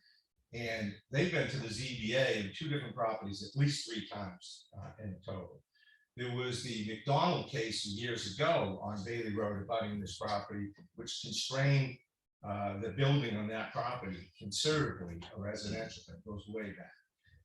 We just had Mr. Duggan come in on the corner of Bailey Road and Route 153 abutting the property. And it was determined by the ZBA that has to be a 50-foot setback from Province Lake Road, Route 153, and any building that goes on this undersized lot. You follow that down the street, and there was Pope Thompson, now it's just Pope, but they had to go through the ZBA as well. So, I mean, you have 7 cases here where the zoning ordinance was applied. And now you have another one taking place where a building permit has been issued. And now they're getting the planning board, after some discussion with the zoning officer, is having someone them come in for site plan, but the building permit has already been issued. I'd say that it's an invalid building permit, and that some controls on what's taking place with the zoning ordinance should be looked at. And I know you guys are looking at things that aren't being taken care of in a timely manner and stuff. And this was when I was on the board, we had a similar thing, and I think we were going to further address it when COVID hit. So the problem hasn't gone away. And when you have 6 families that had to, right in that corner, have to deal with the zoning ordinance as written, and then you have a very liberal interpretation of our ordinance, which is not allowed by the position that your employee holds, I'm just concerned. I don't know why anybody would stay serving on the ZBA and the planning board if the zoning officer continually undermines their authority in those boards. It's problematic to me, but I just thought I'd bring it to your attention. You folks may not be aware of what's taking place. So there you have it. Thank you. Lenny, Tom, any questions? No, I know what he's talking about. Okay, yeah, I want to do some more homework, but we will get back to this one within the next week or two in public meeting. I mean, you know, it's a criminal code violation, so it really invites anybody to file something, which by the nature of it, if somebody's doing malfeasance, neglect, whatever in office, that would preclude the town's taxpayers from paying for legal representation. So I think the door is open here, but that may be a misinterpretation on my part. You might want to reach out to your town's attorney. That's what I want to do, a little homework. That's all part of homework. Thank you. Anything else from the public side? All right. Do we need a non-public? Not that I'm aware of. Okay, good. Will you gentlemen be available at 11 today? Well, we had an original schedule and I thought it was off, but now it's back on again. To review the 434. Lenny? Yeah. Good. All right, we will adjourn this meeting. I make a motion to adjourn. I actually will recess till 11 o'clock. That's a good idea. Yeah. That's it. We're not going to adjourn. We're going to recess to 11 and then we'll come back into a work session dealing with the required reporting that needs to happen. It has already started. Okay, good. I don't know any time or What's going on? what's going on. Cindy We've always texted, used this as an area Jan. where we can be conservative, the area allow it, and if we can get more, it's really not About the catch it. dinner today, this meeting, we wanted to go. What the plans were. Dave, did you bring your yearly average sheet by chance? Yep. I couldn't find mine. I bought, just finding I messed it up. I was just meeting with Joe. So, we got that's the unreserved fund balance.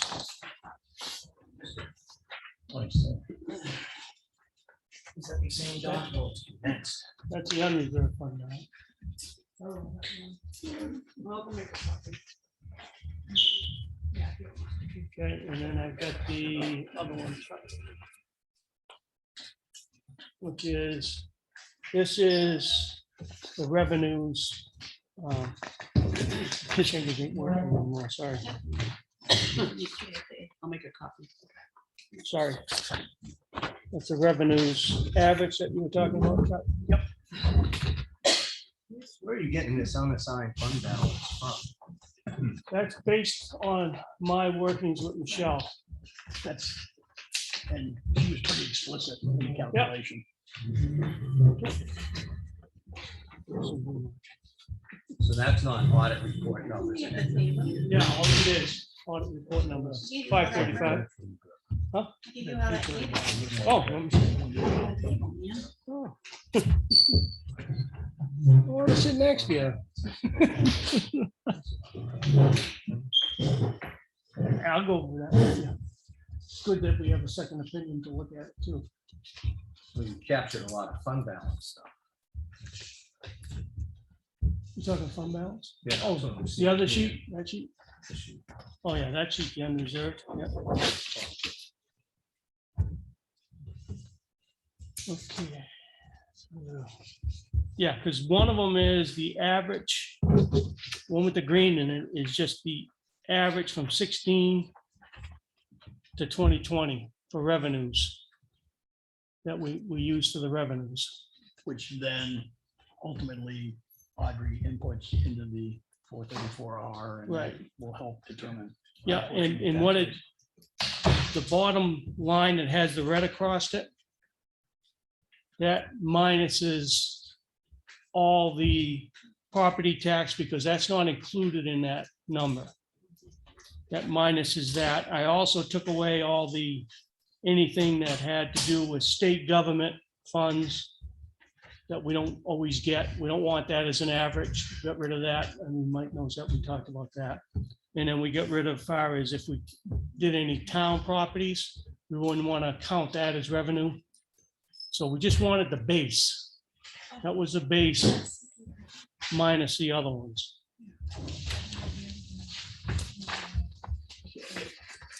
So you have, and then want me to go over that unreserved? Because that's the thing you and I did with Michelle.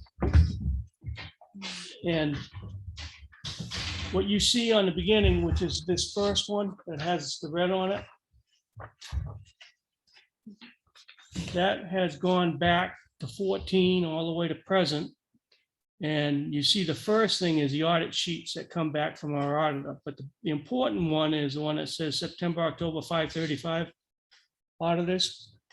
That's a number that you see on the audit sheet that they're predicting that we have at the end of like 2020. We ended December 31st. This one that they just did, that's the one you gave me, Audrey, at $1499,035. Now, you think that would be great. But based on what you and Michelle and I went through everything, you have to minus the liens and the not paid. And we haven't got that figure yet because that's not done yet. I mean, that's just their first projection. So you got to remember that $1499, we need to know what are the liens, what are the non-paid taxes? And my projection is we need to ask that at a certain time in the year. And it should be like in January to try and get that number. So we understand what we have before we actually approve the warrant articles. To where what we have if we're taking from the unreserved. So this number that we have here, the 600, right? That was based on the 943 the previous year. So if you look at 2019, it ended at 943, 749, right? Yep. So you take away what was owed to the town in liens and not paid. And we actually had coming into 2020, 600,584. That's what that's telling you. That's what we had. And okay, so what did DRA give us in October of 2020? DRA gave us a breakdown number of 822,664. And all DRA does is just take away what we funded in the March town meeting from the unreserved, which we funded 121,000. Follow that? So in actuality, once everything was done in 2020, when Michelle gave that to us, we had 600 going into 2020, really. That's what we had going into the unreserved.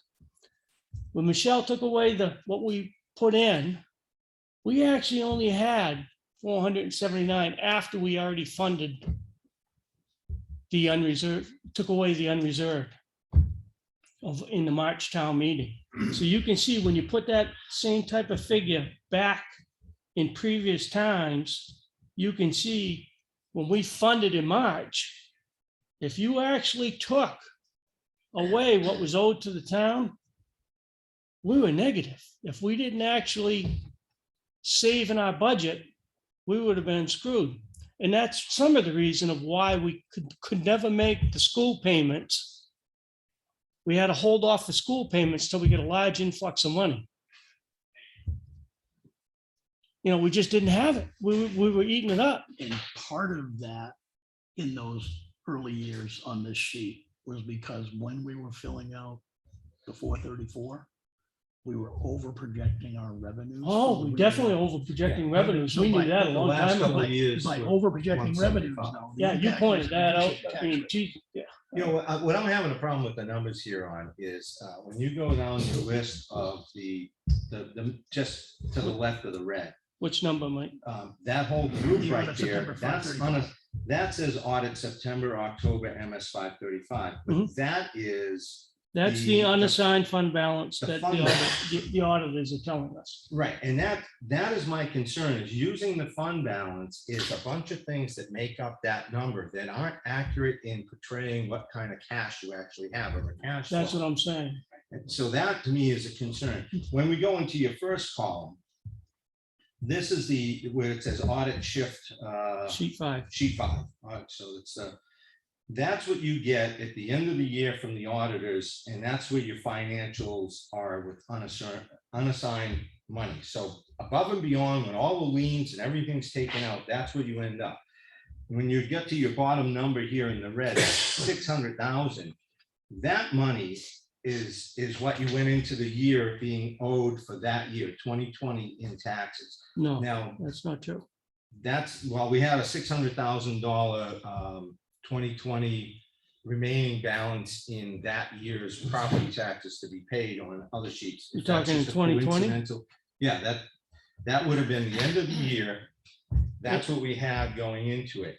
That's what we had when we pulled up a report from Deanna. That's how much was still outstanding in 2020 for property taxes.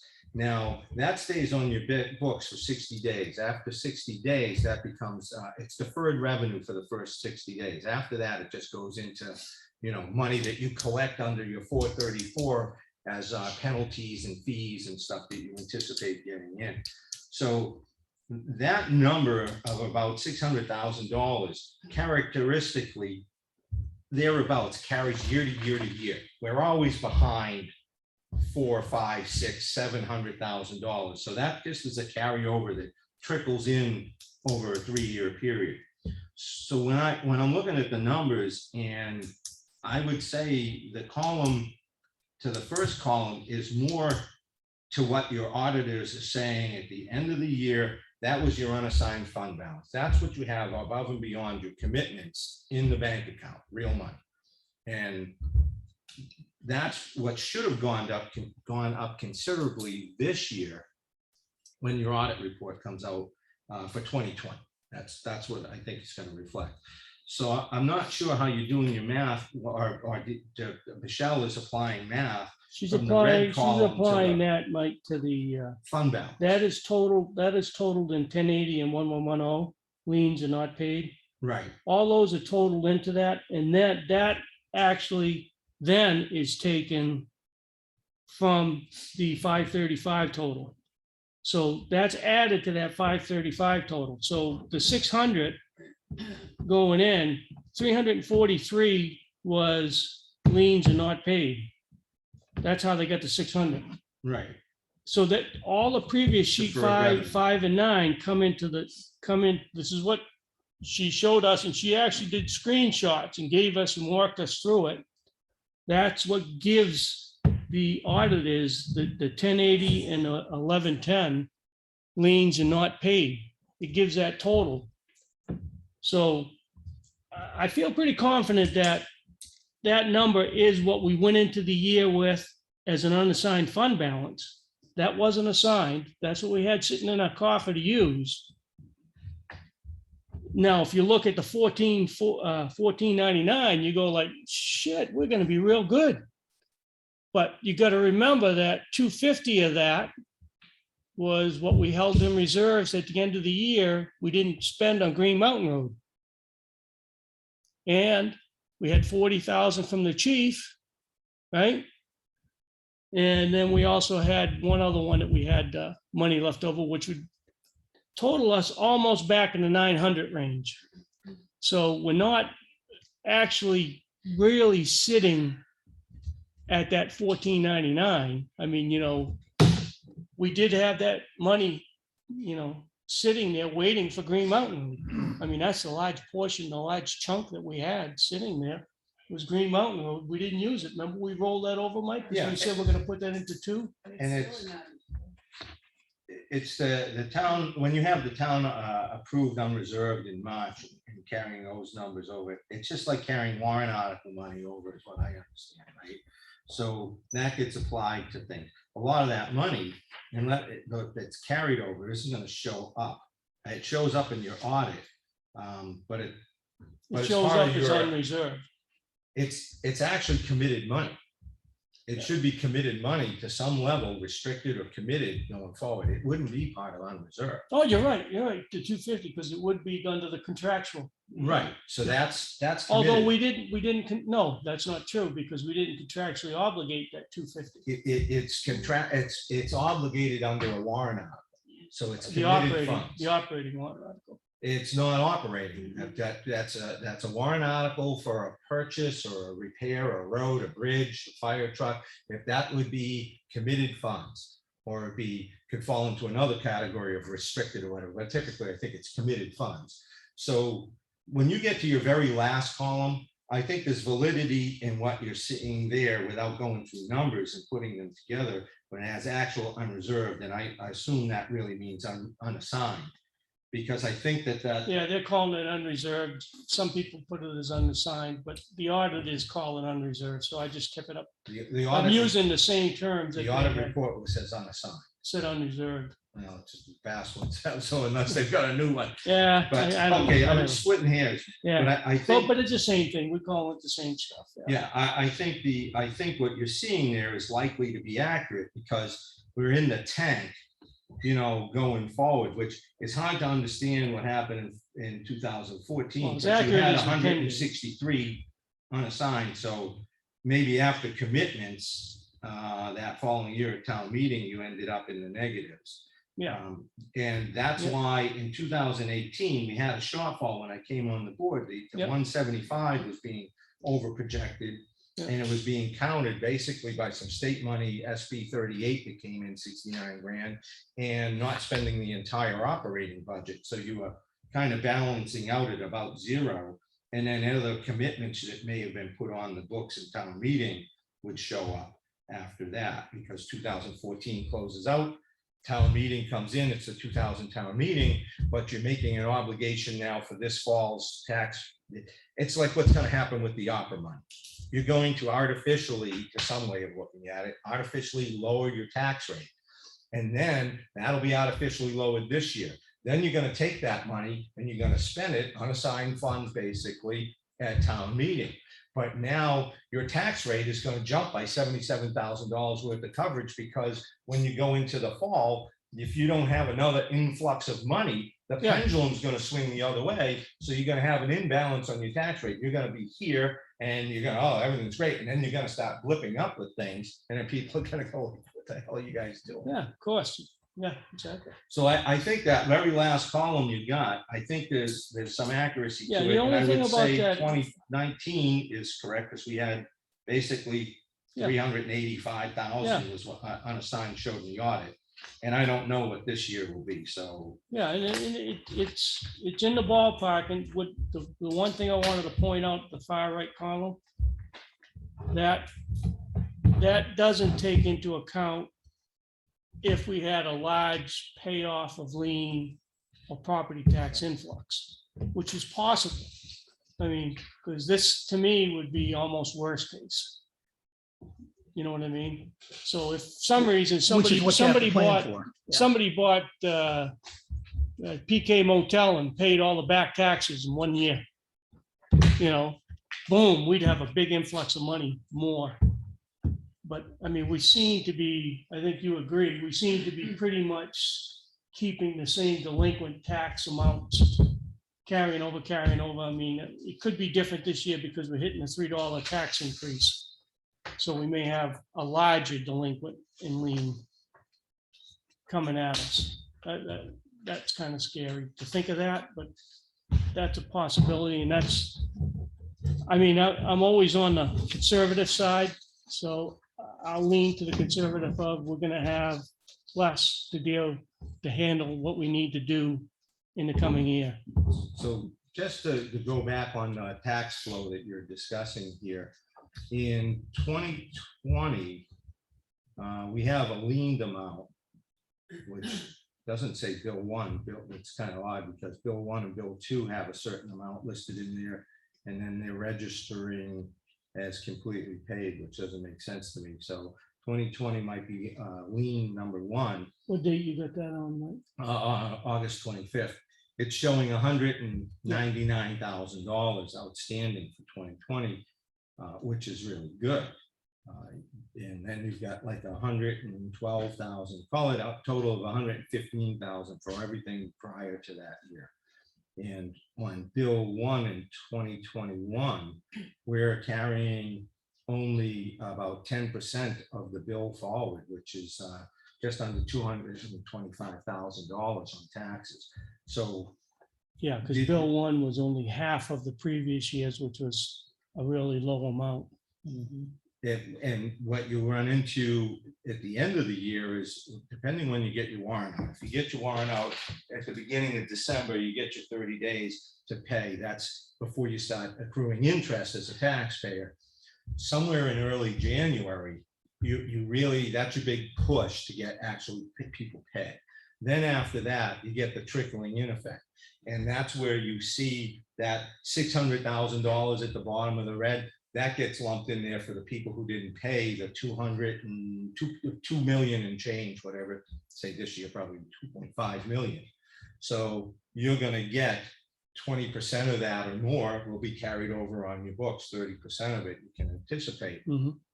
What happened this year was that 600,000 that carried over dissipated really quickly. After the 60 days when it's deferred revenue, it was under 50% remaining to be paid. So the money has been flowing in. I guess I just want to point back to the fund balance is very misleading. It's a balance sheet. It's like a salad. They throw all kinds of stuff in. It's there. only very one misleading. point in time. It's only one point in time. Right, but what they include in there is misleading if you want to know what your actual cash flow is, because the actual unassigned funds that you have, that will tell you what your cash flow. It's the equivalent of a business having cash flow line. In a municipality, you don't have a cash flow line because you're not selling things and you don't work that way. So the unassigned fund balance really kind of tells you your health. If you had $500,000 in the unassigned fund balance coming into the year, then you're doing pretty good. You certainly have enough money to cover delinquent taxes and keep operating. Yeah. That's really the point. Yeah. The unassigned fund balance is, you have to look at all that it encompasses. It's liabilities and revenues and projected revenues. That's where you get misleading. When you look into these numbers, Camp Maris, $370,000 disappeared. Where did it disappear from? You never had the money. It wasn't in your it wasn't in the bank. It wasn't unassigned funds. It was carried where? On your balance sheet. Yeah, projected revenue. So that's what happened back in, let's see, 2017, when that finally hit in 2018, the money disappeared. That came off your balance sheet. That's why you dropped $200,000. And the only reason you only dropped 200 and not like another 170 That's good. is The overlay. we put a $200,000 cash investment into offsetting the tax rate. In hindsight, when Claudia did that, it seemed to make sense. And Michelle couldn't answer the questions at DRA, which often enough, she's not 100% with what we're doing. And had I realized it then, I would have been against it, because here again, you sent the taxpayers a false message that your Exactly. taxes are here, when really they're $200,000 higher. And But it's you gonna and be I a had all constant. kinds of calls with her trying to get that understanding, and we still couldn't get them until we figured it out ourselves. And that's where I get a little concerned with whatever Michelle's putting in the information. I No. wasn't there, so I'm a little leery, because I've more than once we went down the rabbit hole, Yeah, even with her boss, and it's like, yeah, that's not exactly how that worked no, out. I was able to go back and validate. Yeah, I'm pretty comfortable with to give us an estimated amount. And that's all it is an estimated amount. But if we're going to use money from the unreserved fund balance, we need to know somewhere in the ballpark of where we are How much is there? and what we got, somewhere in the ballpark. Do we have $1? Do we have $1 million? We need a ballpark before we start taking some out of It's the been 3 unreserved. months since the auditors were in. Yeah. I didn't get another call to Tim to say, No, where's, they're finishing up the Yeah, the audit. the capital okay, book. That's what they've been working on, oh, okay, yeah, we had To give us try the and whole- clean that up. the whole thing. Yeah. So Audrey's been slamming them. Okay. Where are they? Where are they? Because I think that's probably just gonna be another one of those things that it's gonna tweak probably your balance sheet again, because that's capital assets and it's not gonna come into the cash flow part. Now, she came back with the question that you asked on what's the drop dead date for the R? If I thought I saw the email you sent me that She said, said don't immediately redo anything. she's gonna but, get back we need to. face to face. Do this session.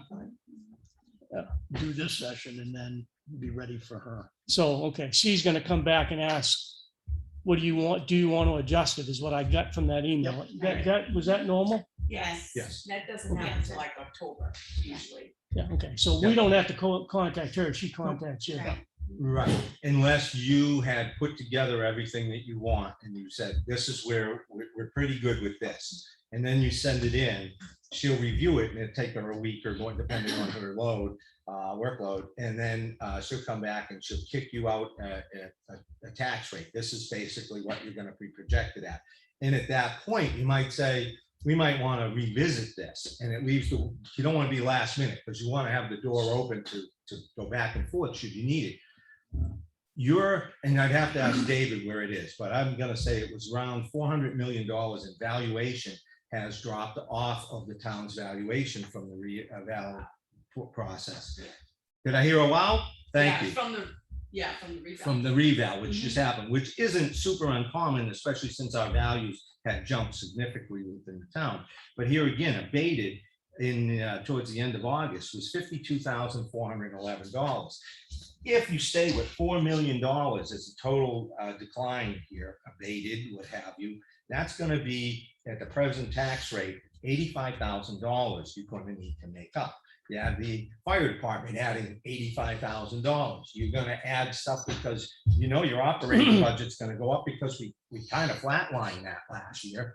And we show an average of about 5.5% a year for 20 years. So you're going to expect it to step up. You're going to be looking, I don't know what the warrant articles are going to say. If you don't fund them through unassigned fund balance, you're going to see a big spike next year. But right now, your tax rate, you're going to have to be looking at probably offsetting $170,000 in taxes as it stands with just the fire department and the I got 150. devaluation in the town. Yeah, I got 150 is what I've got so far. Ballpark 170, we can. You're pretty goddamn close. We huh? can split the difference, right? You're pretty close. I had 150. And that's just after that meeting out there. And that's just me off the top of my head saying, here's a few things that weren't factored in when we went. To Oh, town I'm meeting. sure there'll be a little bit more too. I'm sure. But right now I've got 150, which is scary. It is. With a $3 increase facing us. So in August 25th, And you haven't got my powder post beetle in there either. Yeah, I do. Oh, you don't? Mhm. Yep. at The the 50. Yeah. basically the end of August, you had an outstanding balance of $900,000 going back in all your liens. That would cover timber taxes and all, taxation, stuff behind. But you ended up clearing that away. I mean, you had a beginning balance of 900. I'm sorry, that was the beginning of the year. And you had a balance due of 543. So 40% of that went away by August. And again, you're clearing the decks on the most recent tax year, 2020, at a rate that I don't think we typically see. But that gets carried over at the December billing, and Yeah. especially the later the billing goes out, the more that carries over and skews your number for deferred revenue. Get it out on the early side. Well, the December bill, as well as I do, is not only going to see the $3 tax increase. What people are going to see is the low bill in June Then you have to didn't even compensate. cover half of that. So they're going to pick up almost 40% of that bill in your December bill plus the $3 increase. So the bill they're going to see in December is going to be a whopper. And there again, that's why anything you can fund through unassigned fund balance, I would advocate for. Well, as long as you're leaving 200 to 250. Which is what we in there. did last year with funding a lot of the normal ETF funds for the different things, cruisers and fire equipment and library. this. Yeah, a lot of that was if we had excess left over from the budget, Right. not, But it was important to make sure that we had targeted that, so it didn't have an effect on the tax. Right, you carry it with your Right. operating budget. If you have lapsing funds, you can apply that, and that's a good way to, fund some stuff that Yep. you don't get controversy on. The other thing is, the way I set the tax rate up last time, you have money flowing in because I cut revenues to get us to stabilize out, because we had a lot of revenue sided stuff coming in. DRA might even count, and I couldn't get this answered, but if we're taking $250,000 of town money from trust funds, and is that counting as revenue? They seem to schedule it that way. I don't know if they do. If they did, that's your pendulum going the other way, because you're not going to do that this year. So that's why I brought up our overall tax rate higher, and I put the overlay in. You got $126,000. Some of you already heard this enough times. That was against 63 of it for the court case that we settled out of court. And then I put 63,000 more in to bring the tax rate to a reasonable level, so the pendulum wouldn't swing as far. You're going to want to probably keep about 25 of that for abatements in your overlay. The other 100,000 is going to be applied to that $150,000, $170,000 that Dave and I are saying. So when you take that out of the overlay, that's already doing a reduction.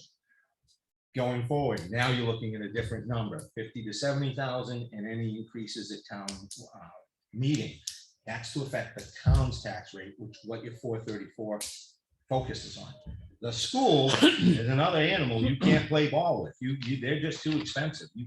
You know, you're on a little lake with a boat and you want to go hang out with the Hiltons on the yacht, and it's like, you can't drive your boat here. It's No, just- the only thing you can do is it just affects how much revenue you get in. That's all it does. I mean, you can't control it. I mean, we've already tried. In Yeah. the school, you might as well just go out back and shoot the dog. And You know, I that's, mean, that's pretty much it, because you're not gonna get enough people We're not in gonna that change meeting. that. We could You're vote not gonna get enough 100% people no in this that town, meeting it's to still change gonna it. go No, no. and that's why, you know, we have crumbling infrastructure, roads, bridges and everything else, because there wasn't enough emphasis put on the towns thing. And people weren't getting paid very much comparably to other towns surrounding here with benefits and stuff. We're not funding that stuff. Not that we're in the best position to do so either, but just the average dollar amount on, you know, for a wage. I mean, when I came in, we had a guy at the transfer station making $10 an hour, right? You know, and another guy making, I think it was 10 something, another guy $11 an hour. And it's like, those guys are great down there. No benefits, no vacation time, no, we weren't even buying them boots, you know, or offsetting. So, yeah, you can't play with the school and run the town. Okay. Any questions on this particular piece? Dave, can you explain why you pulled out the 40,000 in the police budget out of the 1499? Right. Which one are you looking at? You said the 1 million, 1.5 million from the auditors on the 535 column, right? Didn't I hear you say that you had to take out the liens and taxes? Liens are not paid. Right, and then didn't you also say you have to take out like the 250 for Green Mountain and No, I was saying stuff that would have increased it, that made us to the 1499. that would have increased it? Yeah, Okay. that wasn't All right. warrant articles, like Mike said. If it was warrant articles, I mean, that was possibly, but the 250 I thought was in the operating budget. No, I it's forgot it was a not. separate warrant article for the 250 for Green All Mountain. right, I So that misunderstood you. would have been committed. Thank you. So there's something here, you know. And then we'll have to see what obviously is owed once we get the final one, and then we'll at that point, you know, my thing is how much is owed actually in January? How much is owed in back taxes and liens in January, and deduct that from the 1499 coming into the year. And then, okay, what do we got? And then how much are we committing to the, Well, how much are we committing to the March town meeting? How much do you anticipate will get paid out of what's owed? Yeah, I would say I wouldn't even anticipate. I would just take the worst case. I think that's a little draconian if you want to fund things. No, for the town, no, because- if we got paid off 55% of that, Well, I that's mean, 600,000. and if you didn't get it, Well, you got to operate, you put a tax bill out. and it's that's- just a different philosophy of how you think. I think conservative, and you may not be, but I mean, conservatively, I would say I know what it is in January, because January is a good point, because that's after the December tax bill. And it gives it a month after 2 months after, because it's due December 1st, 2 months after the December tax bill. So in January, when I look at what liens and not paid are, that's gonna be pretty close. I understand people are waiting for their tax returns to come back, and we may get some more in there, but it's gonna give me a number to feel comfortable. How much do we want to take out in the March town meeting? Dave, I say draconian. You say conservative. I think I'm conservative. You look at your own numbers. When I came in here, we were seriously underwater, and now we're not. And just Yeah, to point no, I out, don't disagree. but we had almost $577,000 school payment that went out early August. Before that, what payment went out, we had over $2.5 million in actual cash in our checking account. Go back through history. You're not going to see numbers like that. I guarantee No, I you. think from in the July timeframe, I thought between then and end of the year, we were gonna pay like 1.7 million on the school piece. So that was coming out of the checkbook. But it came out, we still had over $2 million after the school payment. And somewhere here, I have that document, though, if I dig it out. But in any event, I think that there's a point where you have to have a certain expectation on the money flow. And I think I'm being conservative when I put things together. I think you have certain. Well, you just have a different way of coming to the paint a order. really And bleak picture. I have a different way of coming to my number. That's all. I mean, we're still getting a good, we're not that far off. So We're not. We've got a good initial discussion. You know it and I know it. We work well together. We knew, you and I both know we're not that far off in the number. But if we gotta have a number, is my point, to feel comfortable, how much we want to take out in March. We want to know how much do we have, number one, left over from the budget. How much do we have left over from the budget? What percentage? Do we have 118,000 left over from the budget? Okay, that's already built into your tax rate. So we can use that 100,000 that's built in that tax rate we didn't use in the budget to fund some of the trust funds like Mike and I discussed last year that we did. That's why we did that, is because we knew that that money was already in the tax rate because it was all left over from the year. So we can use that. We're not going to raise the taxes because we already have it in the tax rate. And the other factor is, how much do you want to take from what you project the unreserved fund balance is? And that's where I get nervous about, and I'll always be nervous about saying, I want to take something from the checkbook, even though the checkbook has other commitments piled up above it. So I'll go conservative. Well, And then it's up to you guys, obviously, and then we go to the town meeting. I mean, that's how it is. I mean, You operate every year with estimating revenues and putting a tax rate out there. And that's what pays those bills every year. So does everybody meet their tax commitment, or how far short do you fall from it? That's the crapshoot that exists every year. If you want absolutes to cover everything, well, then you've got to amass a few more millions of dollars. You're going to need about, oh, yeah. with the school rate going up, probably $5.5 million, $5.8 million in the bank to start your year to say nobody's going to pay their taxes and nobody's going to register a car. You really can't face it like that. And you can't even go like halfway and say, well, if we had 3 million in the bank, we'll be safe. Municipalities don't operate on the safe switch. You need a certain reserve, and I would say that's true. And you need a revenue stream to continue to fund that, because there will be attrition. Good lead in. Let's talk about revenue stream. And that's the reason why you want to be conservative. Municipal properties are going to fall. If you had 24 grand or something That's all that showing up means. there, we don't have any municipal properties left to sell.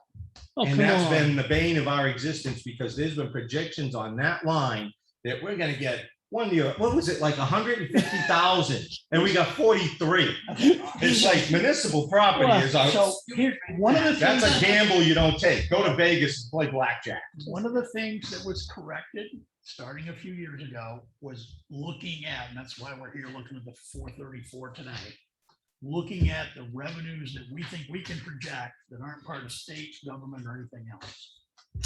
And knowing that in the past, they were artificially inflated, which did cause the tax rate to go down, but it also means you didn't have money to do the things you need to do. So last year, reviewing this same document that we're gonna review today, we basically went through and looked at the different line items and we said, what is a reasonable low number that we can count on? Michelle still has to validate every one of these things, and in last year's numbers, Mike spent a lot of time with Michelle on the phone to be able to get to the numbers that everybody agreed to. And we need to discuss today what we think would be reasonable numbers to put in our changes we're looking at. So David's spreadsheet, it's got the green column on the right, actually lists a lot of those items with the historical numbers that were What's actually this one? raised. We don't have colors on ours, so I'm just wondering. if it- This is the one we're using. The green one's the Last, final. Okay. last call. This is green. My copies don't have any color. All right. So the first one we need on the 434 is the line item 3185, yield taxes. So the long-term average is 26.2. There was a number put in already. So what becomes a reasonable number based on previous history? And knowing, keeping it on the low range, still has to pass Michelle's purview. Keep it that way. This is an area where it trends up and down. And I think there's been misreporting and miscapturing what has actually come in for timber tax on different years because of coding. But come on, Dave. We're not even gonna go there. Right, well, Yeah. it's just a factual statement. I'm not trying to point fingers. But 20 is a pretty good number. I think we agree on that. Right, and that's what I was gonna say, you know, the state had big cuts. We've had some very large parcels of property been like clear cut recently in the last couple of years. And you're just gonna run out of some of that stuff. So, yeah, I'm just saying, I go conservative with. Yeah, I think the 20 is a good number. Dave, I have a question. Yeah. On the 2020, you have 46,000. 634. Right, but on the 434R, it lists 20,000. So these are the actual numbers collected that you put in here. They're not the, These are the actual numbers that were Okay. put in. Yeah, all right. Yep. Thank you. yeah, not the estimate. Do you want a copy of the 434? I got it. Yep. Thank you.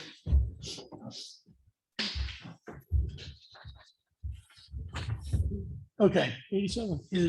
are everybody comfortable? Lenny, Tom, 3185 at 20 as the number. Say that again. 3185, the number we'll use for estimated revenue will be 20,000 The, Adjusted. adjusted. But we've already collected more than that. right. True, but part of the thing is when you look at your historical averages, we've been doing better in the last year or two. We cannot count on that happening in the future. So one of the opportunities we have is to keep this on the low side to make sure we are going to exceed it. And if we do exceed it, it goes into the treasury. See, one of the things that goes on is we have a court case for the utilities that hasn't even gone to the courts yet. You have abatements coming up. You have the next court case, or you have some other shortfall, or you find the state balks on a payment or something, or whatever else happens, or you miss revenue. What I did in the past was I reduced these to a conservative level so that, let's say I'm saying there's $500,000 we're gonna get, but we pretty comfortable we're gonna get 6 1/4.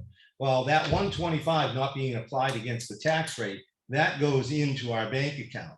And we've been doing that, trying to put a certain amount of money away because we had run out of money because we've been dipping and dipping and dipping When I was trained, we trained that, to the penny. not necessarily, yes, well, we've already collected this money, so we already have it. I didn't put anything extra for the next 4 months, but we've already gotten this money, and that's how I was trained to do it. We've gotten the money for this year, though. Yeah, this will be projected. This is projected next for next year. This is what, so just because we end up with 26,000 this year, doesn't mean we're actually gonna get 26 next Right. year. No, So I this- understand. yeah, I'm just just- saying how I was trained, yeah. that was just my thought process. But It's the lack of being conservative here that has sunk the town's Oh, yeah. finances. It happened recently, it's happened before. History keeps repeating, and we do it all at the expense of never budgeting properly for any infrastructure. So that's the hole we've been digging out of recently.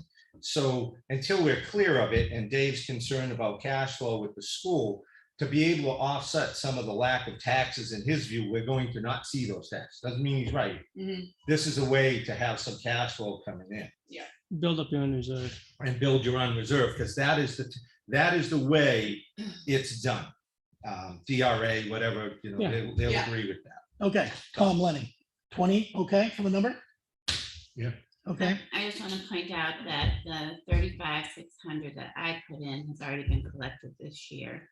So when you do add your 2021, your average will be higher than 26. we'll use 20. And if I can back you up, Chuck, land use change tax in the general fund, that's been an anomaly this year. Typically, we don't get anything over the years because that's when you're taking things out of current use. And the first 2,500 is supposed to go to the Conservation Commission. Two things going on there. One is, I don't think you really want to start counting on having $22,000 coming in on that. It's unlikely, and you got to deduct whatever goes to the Conservation Commission. One of the things was proposed to be able to offset some operating budget money, like the $1,000 we're throwing in so they can fund that account that they keep, is to raise the limit in a warrant article from like 2,500 to whatever you want, about $5,000, what have you. So there would be another minusing of that number. I think this number is very ambitious, and that's conservative. A draconian individual like Dave, he may have some other thoughts. I don't like that word. Yeah, I understand. All right, 3187, excavation tax, Oh, so you're leaving the 22? 20. 20. 3185 is 20. 3120, the first one. Mike Oh, backed fine. up to what I had put in. He's not working off of the You got the new one? No, I didn't know. Oh, we got an hour back. Okay, sorry. Oh, it went to 0. I apologize. Okay, yeah, on that same page now. There we Now go. I'm on the same page. I can come. So just to clarify, we need to say what the adjustments would be to mine, so that's what I'm keeping track of. So where I put in the 20, I put in the land use change tax, what I'm hearing is that you want that reduced. So I'm making corrections to the one I submitted, so, because those are the changes we're gonna have to make, Yeah, right. Yep. The revenue adjusted, yes. and then you put the change amount then, right?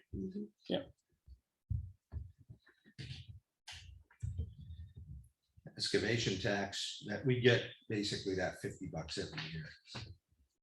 And if the other sand pit comes into operation, you'll be getting more, but that hasn't functioned yet.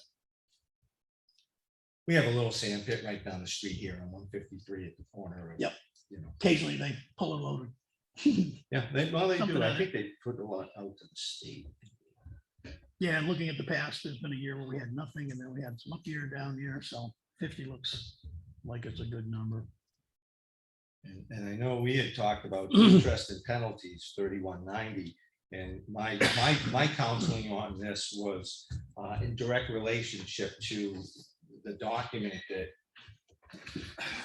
this, I had Deanna print, and you'll see that your amounts in the left-hand side for 2020 and all those years going back, it's projecting these things. This is where you start off. But in the column where I circled here, Chuck, in green, that's where you are at the end of August, basically. And that money is what you could collect interest on. And a lot of it is disappearing pretty quickly. You're getting it in. For example, this is the month before, 5-6 weeks earlier, and you owed $2 million, and that's the middle of July. Some of these numbers were on the books for pretty good amounts. This is moving quicker than I think has been the history. Which is probably gonna change though with the December bill going into next year just because of what's going on. But I do agree with you that That's we need to adjust that number. because that's the interest and penalties you'll be collecting on that. On that. And I don't think it's gonna equate to $60,000 because you're traditionally bringing in probably around 65. Do you have that on your green sheets, Dave? I thought, yeah, I got it. 67. Yeah, so I think But you've actually, trended. actual interest and penalties for 2020, you look at that money. And what was that, 60s? No, 2600. 2694 Oh, and that's what it came in as, for 2694? the end of 20. That's Yep. bizarre. Okay, Yep. so there again, I think I shorted that to about 40 grand or something when I did the last year's. Again, and that was noticing, because Dave and I had the conversation about our taxes being paid on time. And I said they're trending that way in the last few years. So I just, you guys put the number in you want. I think Just, last year you did 60. That's correct. yeah, 60? Yeah. Okay, I thought we were gonna be dropping that down to about 40. Yeah. I wanna- That's, I think is a good conservative number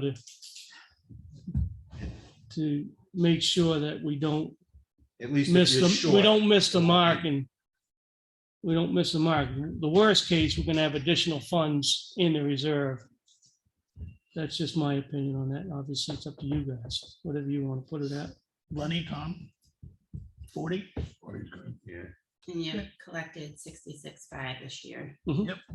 So one of the things, and Lenny and Tom, I don't know if you guys realize this, but you know, when you put this together, you're gonna get an offset to your taxes.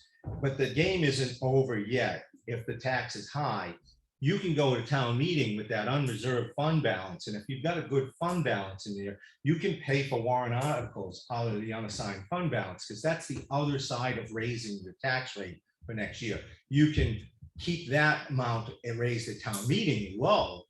And that's stable. That's another way to stabilize your tax rate, keeping it lower, because you funded it. You're not raising taxes. That's what we did last year.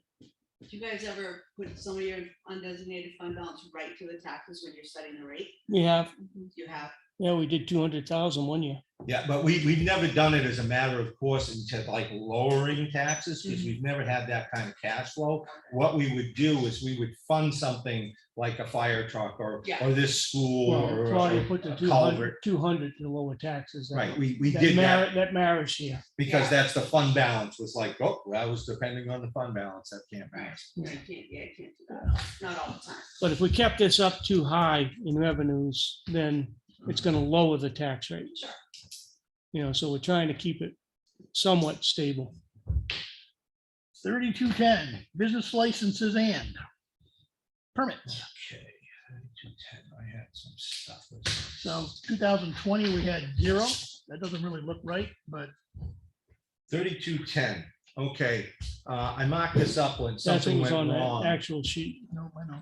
And what happened on the 535? It's like, okay, we went from 5,000 estimated to 450. We turned around. Oh yeah, and last year I did project 40,000 in delinquent taxes and interest. Yeah, you did. That's what we came up with. Thought my memory was shot. So what has happened here? Some of this money it's where the auditors are internally, we're capturing this stuff, because when you go down to the bottom line of 3503 through 3509, that's other, that bounced up to $26,000, which is not characteristic. So you had an interest refund of $2,000. Your profit and loss that got taken out was added in there of $7,000. That's the cable company, those revenues, that franchise fees went in there. The dried up. Well, yeah, that's the other thing, and that's why that's a concern. And $10,000, which was Green Mountain in a donation, now it's factored into a revenue stream. So $10,000 went in there from that. And there's probably some other lesser known items, but you got $19,000 in there that, hey, some of that was coming from 3210. The only thing in 3210 now is that that government, was it the UCC? Yeah.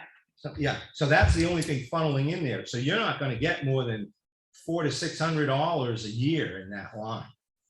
That's just, it's just, I mean, throw 500 at it, but you're not going to get any more unless our accounting or our internal measures and recording have changed. And you've got certainly $17,000 is coming in from Green Mountain and franchise fees apparently. Where are you, Mike? I'm on the 535 because I spoke with Tim Green because it drove me nuts. to Yeah, see this. are you trying to address why it's zero last year? And is that what you're talking about? Yeah, well, I'm looking at the. I mean, I know we moved some things around on the audit sheet. Well, I'm looking at the Put some R and it things has together. $5,000 under 3210 and you are not gonna get it. And last year, under the 35, the 535, you got 450. This R that you're looking at is last. Oh, year's that's numbers. last year's It's last 5,000, year's. We okay. haven't done the R for this year yet. Yeah. So you did have 60,000 for interest, you had 5,000 for business licenses, which is different than, of course, what Audrey had this year, but this isn't final. So, Yeah, So I had left it at $500. yeah, Okay, because 5,000. I've got the 535 as 5,000, 2021, which has the estimated revenues. So I'm not sure if this R is accurate because I've run into this before where there's multiple copies of Rs out there because you adjust and maybe you readjust it. So DRA sends you back one and then you go This is back the and you final tweak it. 434, what Dave handed out, it's the final 434 of last year. Yeah. So we need to compare that with what you're forecasting and then update the one I submitted. Okay, the 2020. So I had left that flat at $500. That's the final one right here that I've got. I don't know, I can't read that far. Is that what Dave just handed you? Yeah. yeah. Okay, well, I'm gonna Yeah, say it's it's the one you have, incorrect, yeah. but Ryan, you go with what you want. The requested overlay is $25,000. I filled it out. It's 126 and change, so.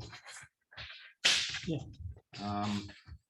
I don't know what's what anymore, but I see the 535, which captured the estimated revenues we supplied this year from DRA.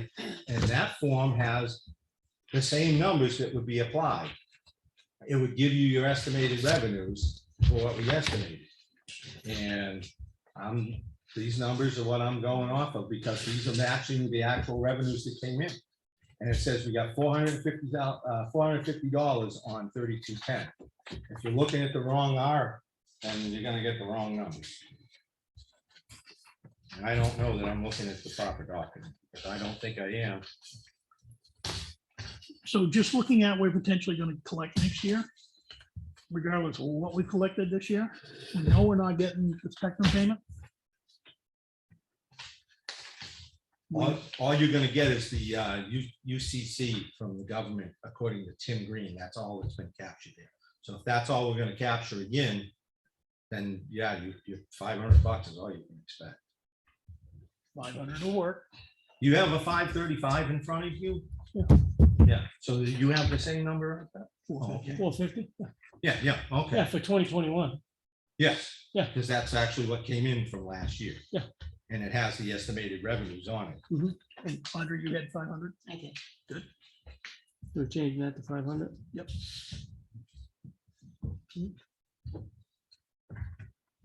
Motor vehicle, Another problem. 3220.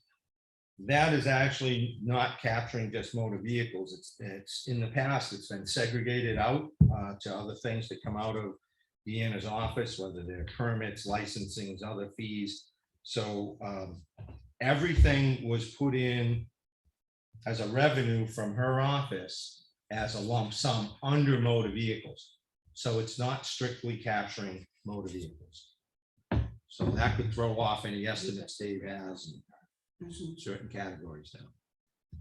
Yeah, I mean, overall, the average is around 290, 293 for the last, how many years? years. I mean, last 2 years, we're over 300, not including those fees. And before it bumped up, we were averaging about 260, 265. Yeah. So your real motor vehicle number is probably in that neighborhood In because the other things. 250 neighborhood. And that's the number I had at 190, and that's the bulk of the money we were funneling forward.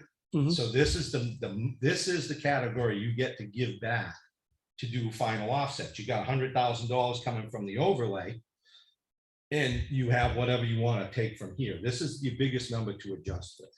Yeah, so I 250 is a think, good I think ballpark. we both Low had end. discussed in looking at the data, 250 was a 250, 260 was a reasonable number. I don't know. I mean, I'm just looking at historical, what we've got in Lenny, and Tom, being conservative. thoughts? So the way I calculated this number when I did it is I went to Deanna for the actuals. We're at 239 to date this year. This significantly, there was 319 on last year's I'm sorry, it was 235 on last year's. I increased it based on what I'm seeing, so the 250 is still conservative, but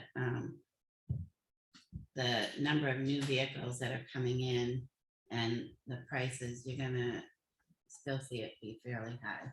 Mhm. So 250 would be conservative, but safe. Would you put in Yeah, for a number? I'm good with 250. I put in 319 because I put in what we've actually collected and estimated the next 4 months. Yeah.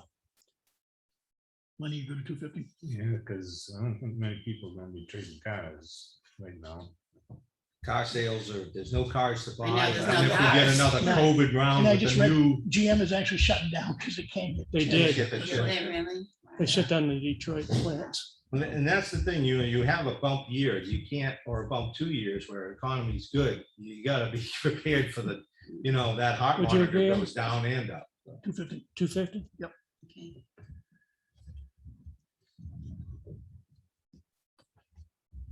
Building permits. Building permits, Yeah. 1,600.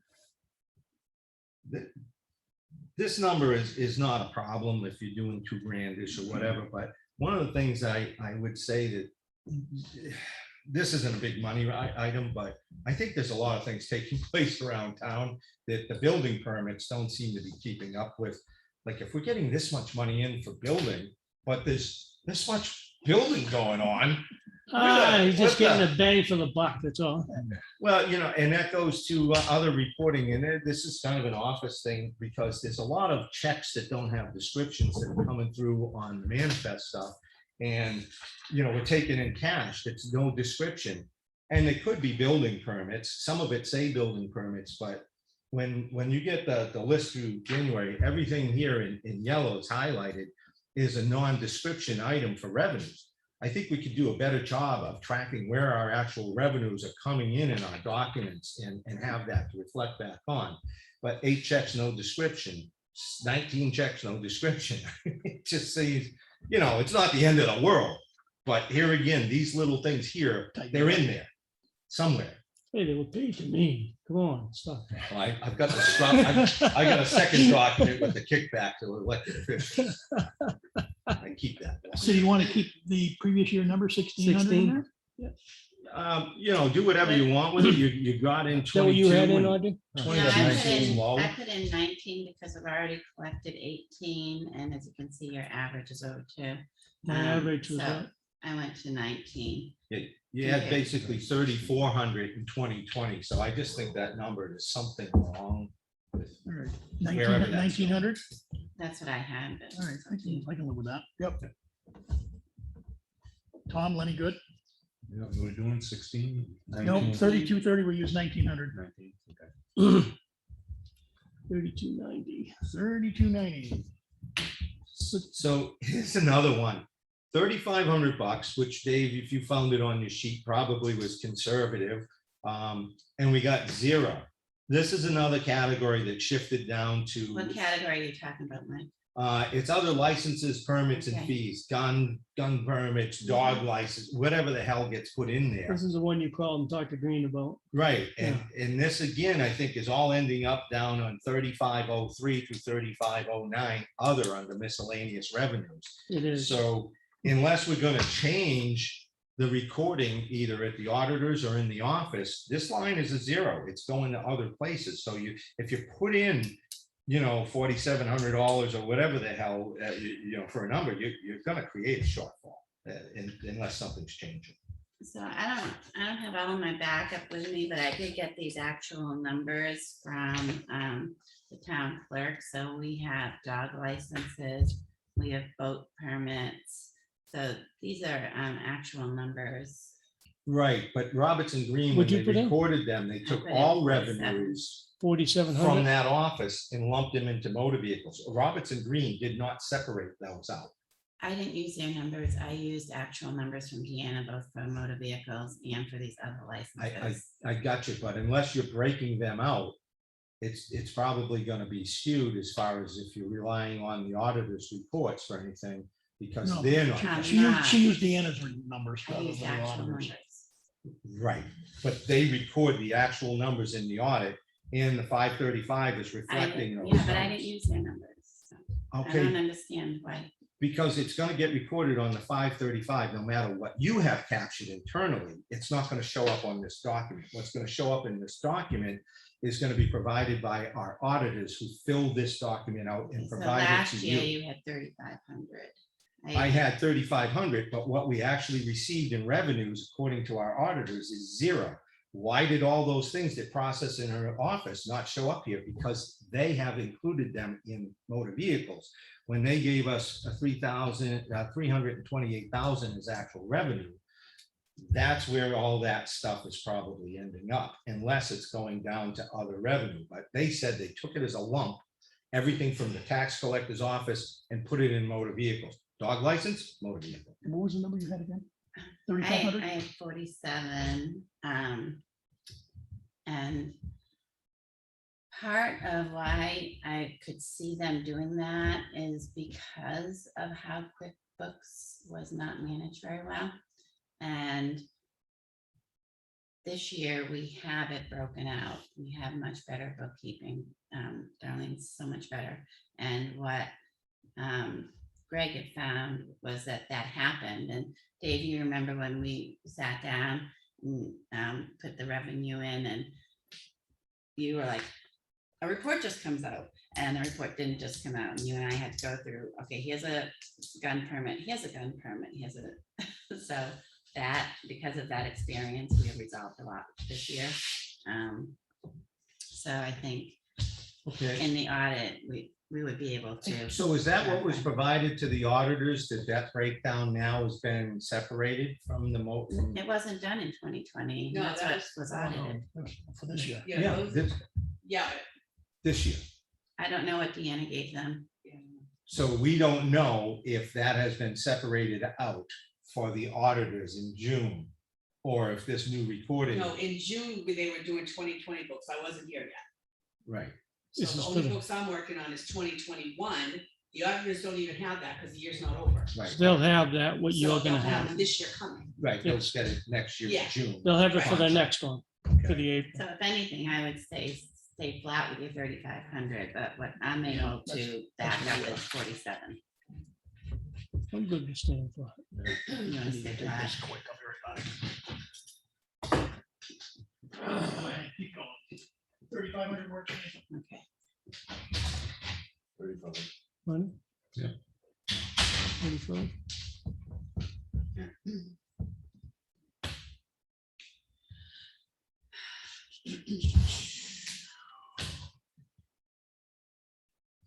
$33.51. $33.51. Municipal aid shared revenue. Hmm. Yeah, so what are we gonna get next year?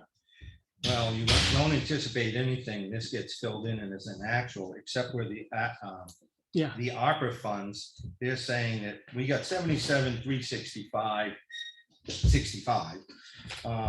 And now this is projecting that the government's actually going to pay us this. So this number must have been supplied to us from DRA or So federal government. this is the municipal aid number plus the ARPA. And when I submitted it, I put a question into Michelle.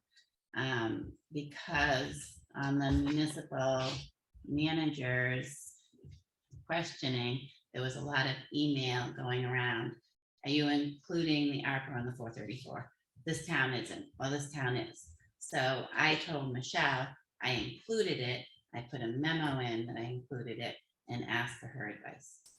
So that's what's there. If it's not required, I would not put anything in that line. You're depending on other agencies to come through for you, which doesn't always happen in full. Things do happen. and it's going to artificially lower your tax rate that won't be there next year, and it's gonna provide a $78,000 spike that you have to compensate for. Otherwise, you are going to now need to short your revenues by $78,000 if you want to stabilize your tax rate for that.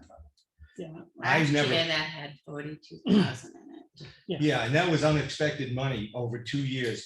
We get $38,000 the first year totally out of the blue. We knew this stuff was coming at 42, but I never put it in. You get to use it at your discretion, but there again, it build up the cushion that you guys have. Nobody's the wiser on your tax rate, and then you didn't have to play games with your tax rate. This is anything you guys want to do, like we said. We've got to 6 of 1. include it. The state legislature said we had to use it as part of our tax numbers this year. Oh, you can estimate did it, zero did it. on it. Did You Michelle can. give you? a You can ruling? estimate I just didn't zero see on a that. ruling on that, sorry. I would run that by Michelle as to whether that needs to be included. That's what you just asked. Yes, yeah. Okay, yeah. So we've got the question in already. Yeah. Okay. I've removed that from the average because I Right. agree, Oh, that yeah. is something we shouldn't be. Nope. Mhm. That's just like you're betting on selling municipal property. You got no idea. Right. You know, you want to put something into the revenue stream that's projected. The state has promised all kinds of Maybe. things over the years, and we've gotten screwed. So, I mean, if there's an option to leave that out, that would be my recommendation to you guys. I would agree with So that. what number do we want to put in there? I would put zero. Yeah, I would put 0 pending them forcing us to. I wouldn't rely on state funds. If we get it, it's a bonus. Right, and then you can apply it to your warrant article, and it just lowers Good. that issue. Money, Tom? Yep. Good. Zero. Meals and room. Obviously, you can that was carried through this year in full. Next year, you can expect a hit. 28% reduction according to our training program. yesterday. Is that Well, what it I- is? So we can apply that to this. Yeah, we didn't get that number yet. And yeah, they supply it, that's, the state Maybe does. but- October. But for balancing your numbers to see where you come out, which is the thing Dave and I like to do, we would just throw a number in. So if you had a number of 75,803 and minus So 28%. that's 45,000. You're looking at 54,578. That's So- partly why I put 50,000 in there. You put just to get it 50? Yeah, and I did. think we probably did the same thing when we kind of had a little talk about, so. That's, so that's in the 45, ballpark 50. of the percentage. Yeah, 50 last for year was 50. 75.8. 50 works. Yep. 50 work for you guys? If you lock the front door. Would you that's- have in for the You highway can't block? lock the front door because we're in a public meeting, so. I put in I'll go lock it. 80,000. Go ahead and lock the door. 80,000? Thank you. Yeah, highways and stuff is gonna drop to at least 80,000. I thought it was gonna be even more actually, because it got almost 82 and I was expecting more than $5,000 or $6,000. Well, this is gonna be adjusted. We'll have this when the state does the budget. We should Mhm. have more rock solid numbers Yep. Right, before we you received- file this. Mhm. So even if you put in 80 or 70, I mean, these are the two things that you can adjust because you should have the rock solid numbers. Yep. Yes. We Right? received You put in 80, 56 to right? date, and we're expecting one more payment. And so based on what we've actually done the last few years, I had lowered it from last year to 80. Yeah, Or I what would we think, actually- didn't we have a number that was even lower than that? like Yeah, it's 70. 70 is what I had thought. Yeah, but we also said that we're gonna look at what the budget gets put in by the state. Right. Right. Because we should know that in October. Where did the Beginning of 70 come October. from? Excuse me? Anticipated drops in funding, as well as if you hedge your bet a little low and you're counting on the state there, you could be pleasantly surprised and they give you $5,000 and that gives you more wiggle room to raise something else in another line from an adjustment. Right now, just for making a number and getting to a bottom line total to see how you're stacking up, it's a pick your number. It really isn't gonna matter, So but is this the area yesterday in the presentation where they said they zeroed it out on the state budget and they changed the formula to take into account? I believe so. Yeah, so they've changed the entire formula, so depending on how we fare relative to low-income lunches and whatever, we have no clue what we're gonna get. Because it's not the old formula anymore, it's a brand new formula. Was it for this year? Yeah, I and did, then yeah, 2 months that's- for next year, or 2 quarters for Yeah, next that's year? where I took the number That's what I from. thought. Yeah. So, And I shoot low on these things just because, and then you'll know, if you shoot low, let's say we use 75 or 70, you get to the end and you have your projected revenues. And if you're above last year, you can kind of figure out how that's gonna affect your tax rate on today's numbers. And will that offset anything? Or do you need to adjust? Because you're going to need to adjust somewhere. I'm good placeholder right now at 70. Yesterday was the 2-year budget, 22 and 23. Yeah, so it's whatever the formula is gonna be, it's gonna be for 2 years, so. Yeah. Once we know the number this year, we should have a good idea for next year. We should be able to input that number though before we do the R. Mhm. We should know, I mean, even if you put 75 or 70,000 on this, I'm you should good- be I'm able good to go putting back 70. on these two and get the Yeah. rock solid number once they finalize the budget. It's gas taxes and tolls and stuff like that that help make this up. And one of the things you gotta understand is the state, when they put these out for meals and rooms, they've got a commitment of the funds from prior years. So when they're paying that out going forward 1 or 2 years, it's based on what happened beforehand. They're not basing it in the year we're living in. Yep. They're not making that estimate. They're basing it off the money that they have in hand. Or theoretically. So, you know, if you think COVID affected a lot of travel in the state last year, I'd shoot low. If you think, well, people still came up and drove around, then you could, you know, shoot higher. We could never get out on Elm Street on a Friday or Sunday. Yeah, I was gonna say, yeah. All right, for that reason, I was gonna go 70, now I'll go 75. Well, you're talking last year's numbers, really, that are projecting Yep. what you're gonna get. As far as I'm concerned, those should be We'll adjusted adjust before we put them in. But So we're placeholder just right doing now, placeholder 75? 75. Okay. And you'll have a better figure when the budget's approved anyway, I right? got a shiny penny that says that we're gonna go lower than 70. Yeah, but we're gonna adjust it before we put it in, because we should have the budget approved. I know, I'm just making a personal bet with you. Come on, man. I think we're gonna be Pony about up. 95. Shiny button. Ooh, you're on. All right, next one up. 3356. 56. That's a pretty much a constant item. 1800. Yeah, That- 1904. That's what we average. That's what we average over the Yeah, 5 let's- years. Let's, I'm thinking 1800, keep the average there. Good. 18.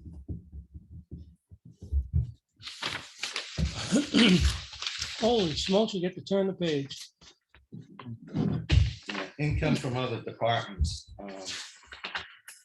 I think the transfer station is probably, when that Yeah, we came gotta into put that effect, in. yeah, I think you're probably gonna see a drop off. I'm not entirely sure where the income is coming from other departments, if it's not in Deanna's office. And the selectman's office doesn't bring in a lot of revenue that isn't accounted for somewhere else, so. What's making up this number, I don't honestly know. Would you put in that one, Audrey? Let's see. 24. No. Yeah, I know, I put in 18.5. Because we need 18.5 you put in? Right, so a lot of it was transfer station fees, metal goods, general. Yeah, those can't go into it because that goes into the fund, right? Yeah, I So mean, Those are in the special reserve fund. I Especially think if you reserve. put like $2,500 or something I in should there. reduce. Now, the we were talking, finance. we averaged 13,000 over 5 years, and we were talking 10,000 when we discussed it. But in those previous years, was any of that money from the fees, the demo fees and the rest of it? Yeah, that's why we reduced it. But Yeah, but all those fees are now going into Yeah, we're a not special. getting Going to reserve special fund. res. at this point, I would agree with Mike. I think 2,500 is probably a better target. Yeah, because you don't even know what it's coming from. 25? It's gonna be pennies, but 25 they're captured under building permits. Theoretically. theoretically. Now we turn. Oh, sorry, I was just a little. Yeah. I like Up that. and Get you all hepped up. 3502, interest on investment. Ooh, what about sale of municipal property? They can't Ah, tax. didn't even see that one. Thank you. Beth, can you clarify what number was going into the income from other departments? I was making notes. 25. 2,500. Thank you. Zero, Sale of this property, 0. zero, Yeah, I would, zero, conservative. Put line in your pocket. unless you can point out something you're selling, and I have a list of all the municipal properties right here. And most of these you're gonna find are things you should be posting a 3-year warrant on, now, not a warrant in the town report, but posting them for sale, advertising them newspaper wise, not for sale, but for ownership, because they are unclaimed properties. You go 3 years, this should have been done before, but everybody does lost records. And then you're free and clear. Nobody comes to claim them to award them. And most of these belong to, or should go to the Conservation Commission, because they're little dribs and drabs that attach to protected areas, landlocked, wetland. There's nothing left. You got one property left that's aging out on deeding before it's actually yours to sell. So there's nothing to sell. We did that last year. Yeah, and the stuff that was landlocked, I think we had that discussion last year. It's like Conservation Commission, period. Right. Because you can't get to it, can't use it. I've gone through all this stuff. Jury will buy it. You know. This is the stuff that jury wouldn't even buy. I see him tomorrow. I'll let him know that. Yeah, you tell me, we're gonna chunk acreage on Green Mountain that you can buy and you can't get to it. That's a test to see if he's really lost it. I'll ask him tomorrow morning. Somebody just asked me if we were going to be selling town property. I don't think it was jury, but somebody did. No way. Well, we have nothing. We got nothing to. We got nothing left. Someone called me too. Well, we had a bunch of properties that we sold last year, and they got a lot of good deals on those. You know, you had a buildable lot on Morris Ave that had power run into it. You know, you had a couple of places like Mark Galloway is unfortunately developing a unsanctioned storage storage facility? yard. Commercial facility? On that one, which he has another one on that hasn't been addressed on Green Mountain Lane. So, yeah. But yeah, we're out of, we're fresh out of things to sell. Come back next year. All right. Well, we just took some. Zero.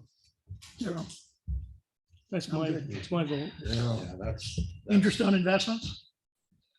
That'll be zero because you don't have any investments outside of interest in the bank. You get The bank. interest there, so I thought we were gonna go with 5 on that. you could put something in. Yeah, I was thinking. You got about 12 last year, but you're not going to repeat unless interest rates recover. Right now, again, with the COVID threat back on us, economy, I don't know. We've been averaging almost 4,000, but now we also got the new banking, so. What'd you have on that, Audrey? I had put 4,500. Last year was something like, it was 10 on the 434. We brought in, I think, over 11, but my estimate was 45. 4,500. Yeah, 4,500. Yeah, I agree with Audrey. You guys good? Yep. You had the 434? David? Yeah, I think You that's have what that? I put, that's what I had done. This is the one that I did. Yeah, he's working off last year's hour. Oh, no, I'm fine. You want If that says, Dave's always getting his done. if that says 25 grand in the overlay, I don't know that I trust it. Because I'm pretty sure I put 40,000 No. in interest. It says 0. In the overlay. Throw that one away too. It's too many, that's their problem with that 430. There's too many damn versions. There's not enough eyes to go around. Okay, next one is which one? We don't do capital reserves. Other, Yeah, you had interest. So other, and there's no franchise fees theoretically.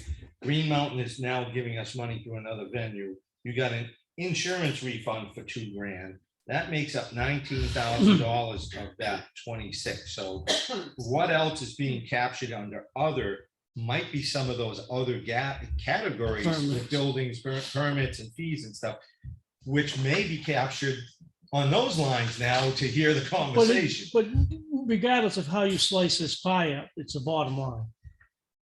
Right, but if you're trying to categorize everything, I mean, you're talking Yeah. $7 grand. You just put $3,500 up on another line. Hmm. That only leaves $3,500 left. And if you're putting more money, that was on 3290, you added 35, and you didn't increase building permits on a previous line. Mhm. So yeah, you have probably about $3,500 of money unaccounted for that could still be going there. Unless you got more than $3,500 on that other line. So, you know, what are you talking, $3 grand? Was even thinking more conservative. I wouldn't disagree, I put 2,500. 1750, I'm not sure. where I got like that number. number. Yep, no, we're saying, I like the number. I could go see my notes. I'll go with lower. I'll go with Audrey's number. 1750, sold. Yeah. Amazingly, that's a half of your number you were just quoting, Mike. And I'm not calling it austere or draconian or anything. I'm just Amazing. All right, what's the next one? overlay.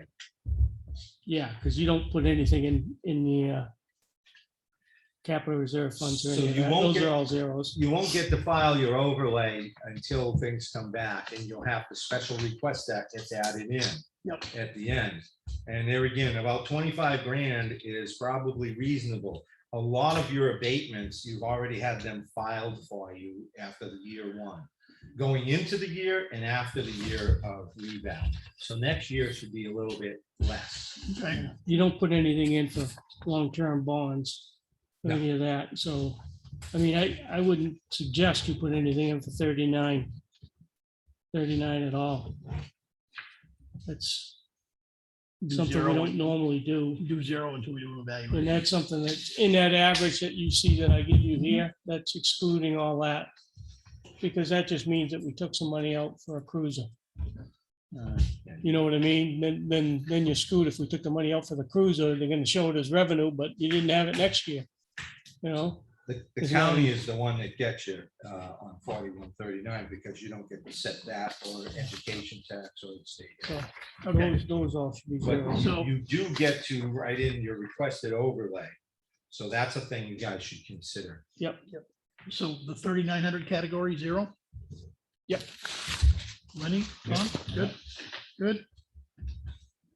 Okay, You get the bottom one too, 39, 3934. and bond zero.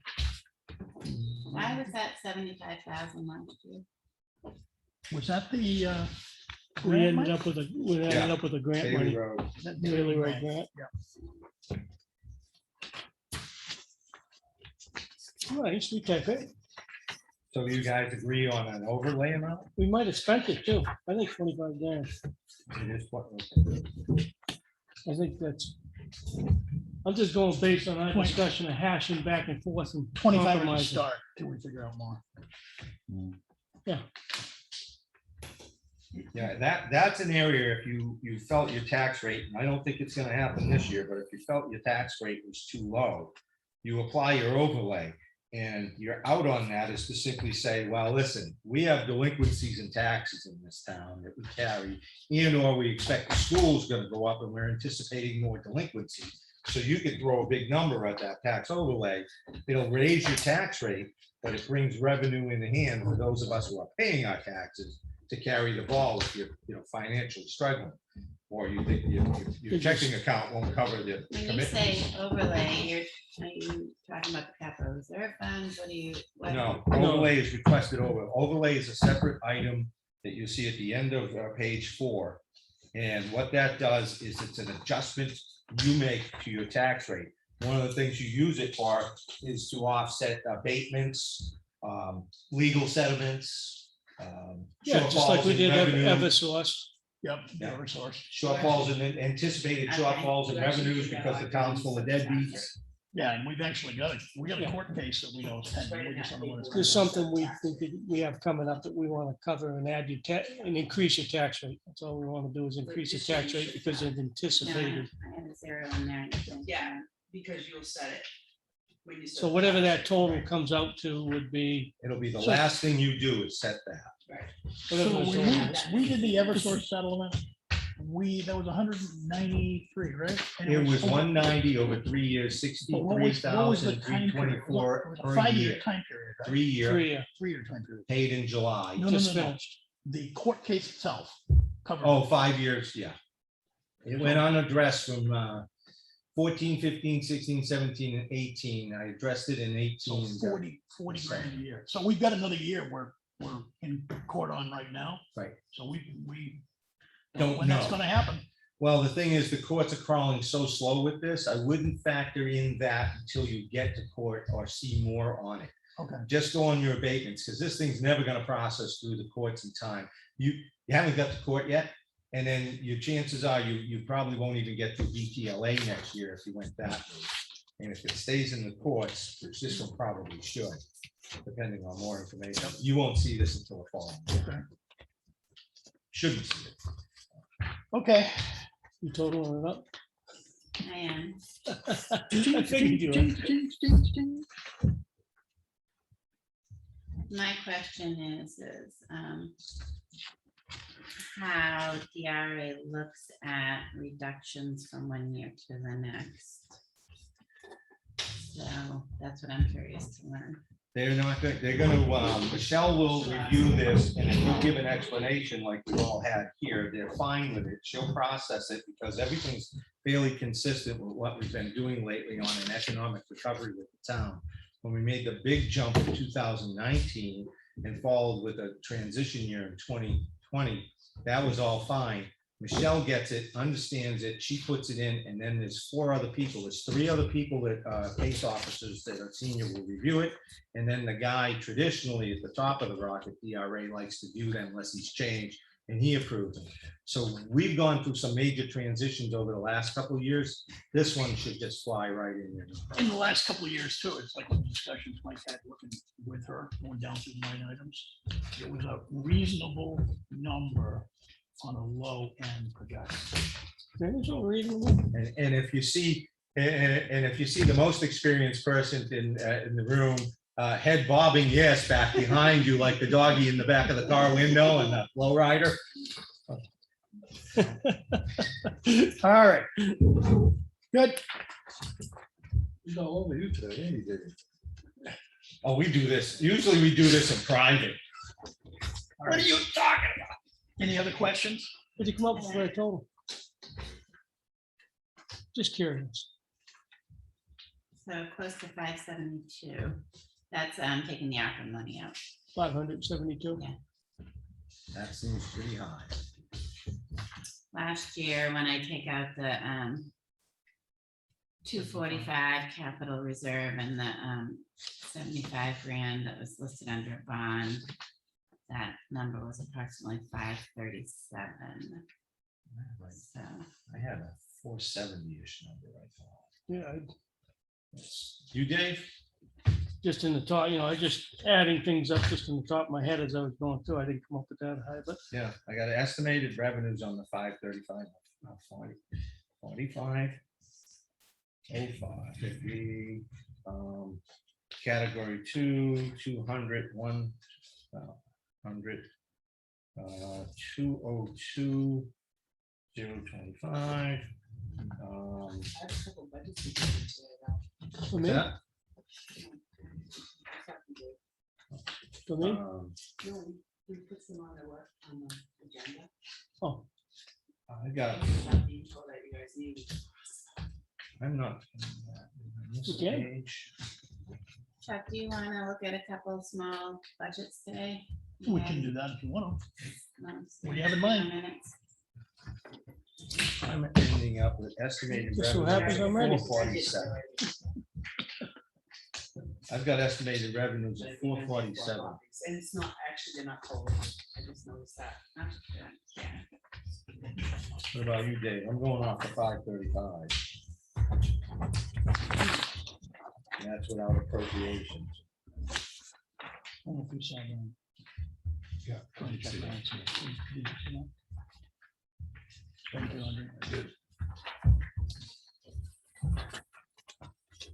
little thing that can't move anymore. From here, I'll do this a little bit better.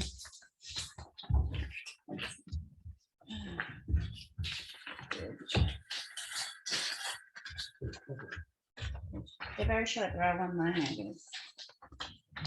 Okay. See, so the 4 lines, we're gonna be talking about this other. There's something wrong. Oh, 331. What did you get?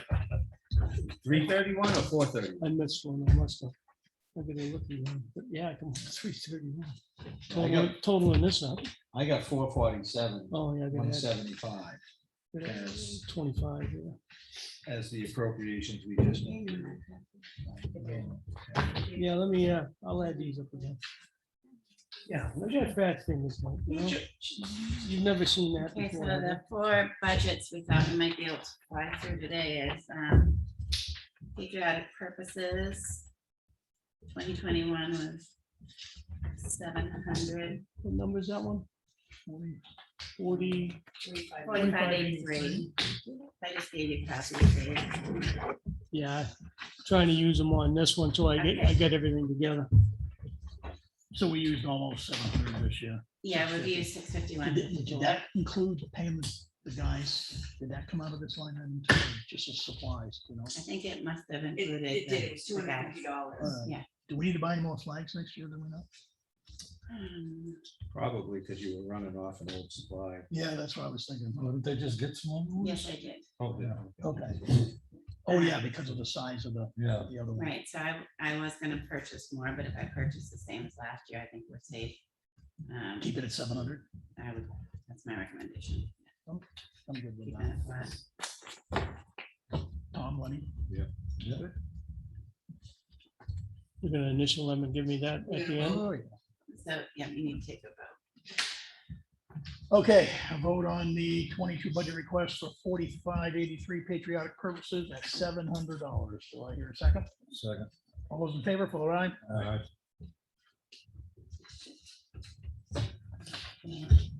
I'm gonna jump you, Dave, to 4313 bridges.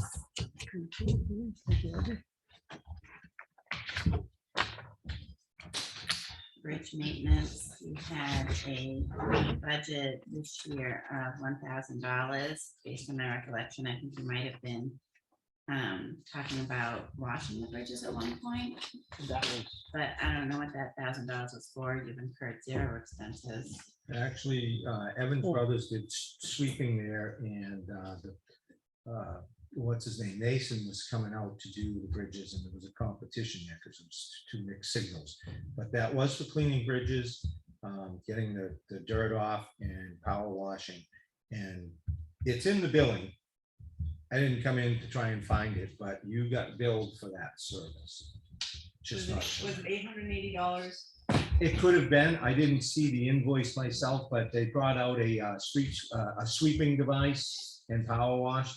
And then I think Mason did a little work on one bridge, so he might have had something. Otherwise, we redirected him. Maybe. But Evans did do that.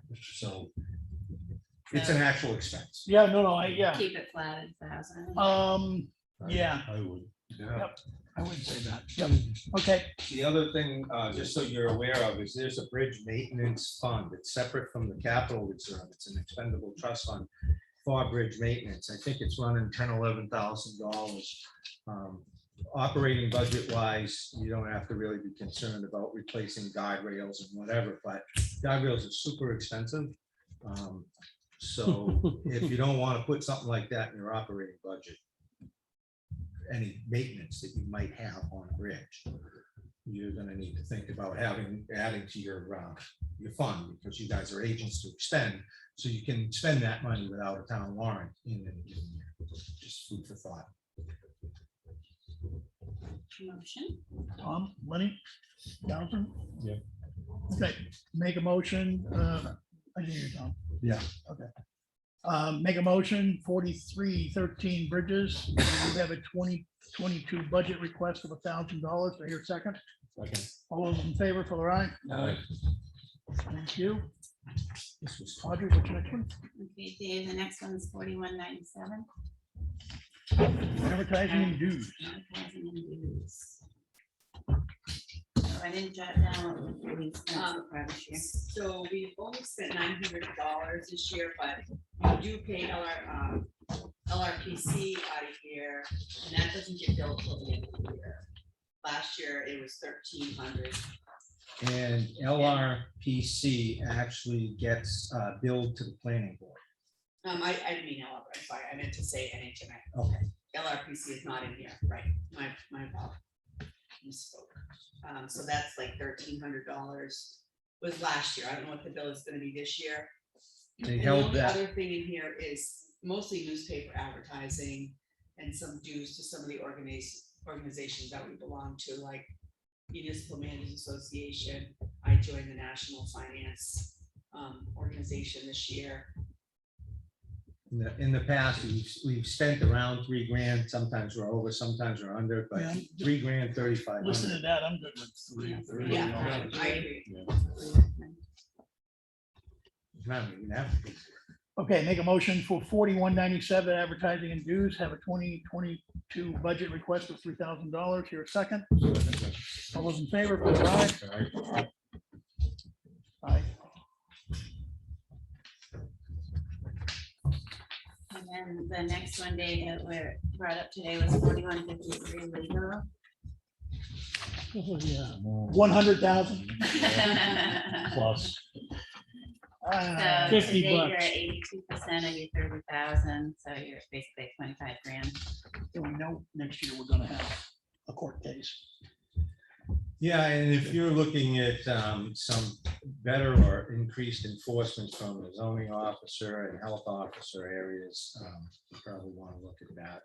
Yeah, we're a little lax on some of the stuff we did with junkyards. We haven't been spending as much time on that. We're the ones that need to be followed up on with legal.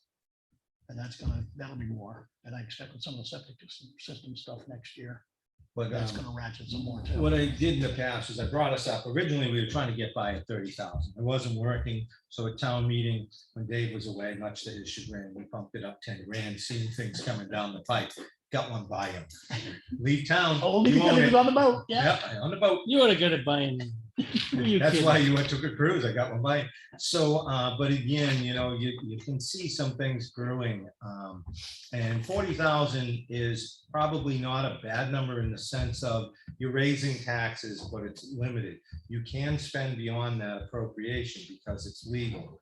So provided you've got enough in your budget or in reserves in the bank account, you don't need to tax the hell out of people for it. You can actually draw that one right out of your cash that you've got in the checking account. So I always, you can see a $60,000 a year coming maybe, but you really shouldn't tax the taxpayers on it because you've got the money. Yeah, when I was reviewing it earlier at home, I was thinking 40, just knowing where we're at, what's coming. And that's, Dave's not on the cruise, so it's probably a number you can get by with. You hit it before.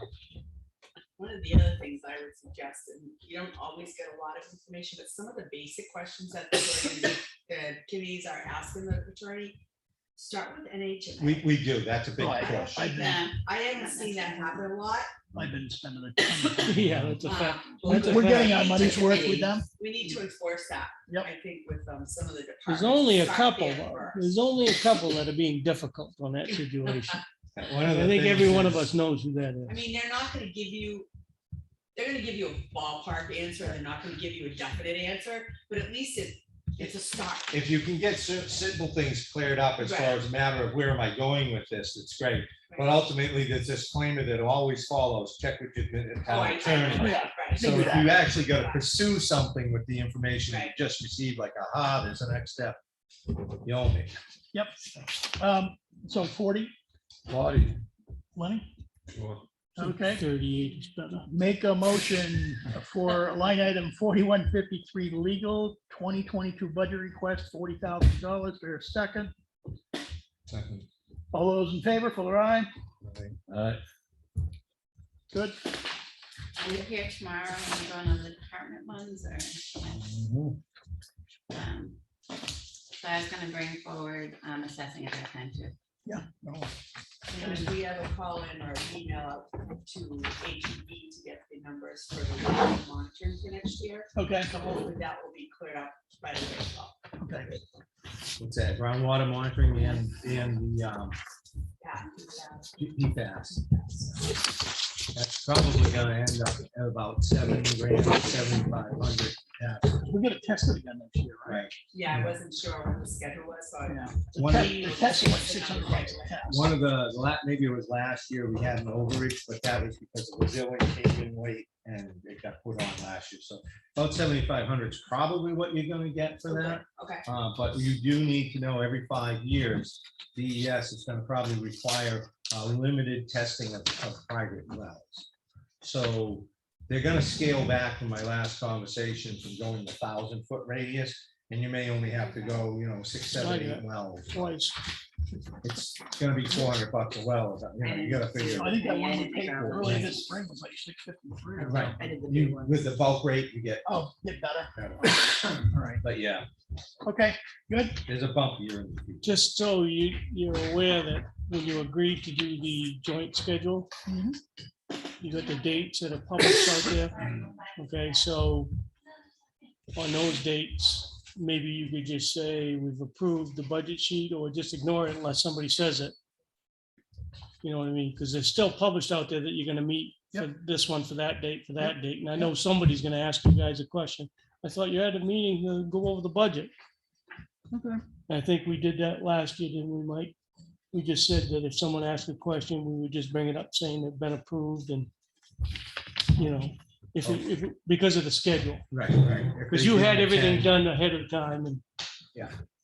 even though the schedule was published already, they say the select board was gonna meet on this date to do that there. We submitted it, and you guys went and reviewed every one of them. It was reviewed, the public comment part would be there. So tomorrow starting at 10:30, right? you're doing the departments? Yep. Okay. Yeah, me or Leo will be here for that. Sean walks it back, I think, Sean, I was like. "Oh, didn't see them." Well, he came in, but he waved as he went by. I wasn't sure. I who know, it it's like, was. it was so fast. Oh, man, in black. That's what I got from 2020. Yeah, I get Are we all set? 422 Anything else total, before the one table? just did 500. 422, 500. Okay. I had 44, 7. Make a motion to adjourn. Twice. Second. All those in favor? All right. You got 477. I just did mine Who twice. seconded that? I did mine twice. I got 422. Did I miss a number? Either one. So Well, let's see if it. the next meeting, you still want a work session to go on a couple more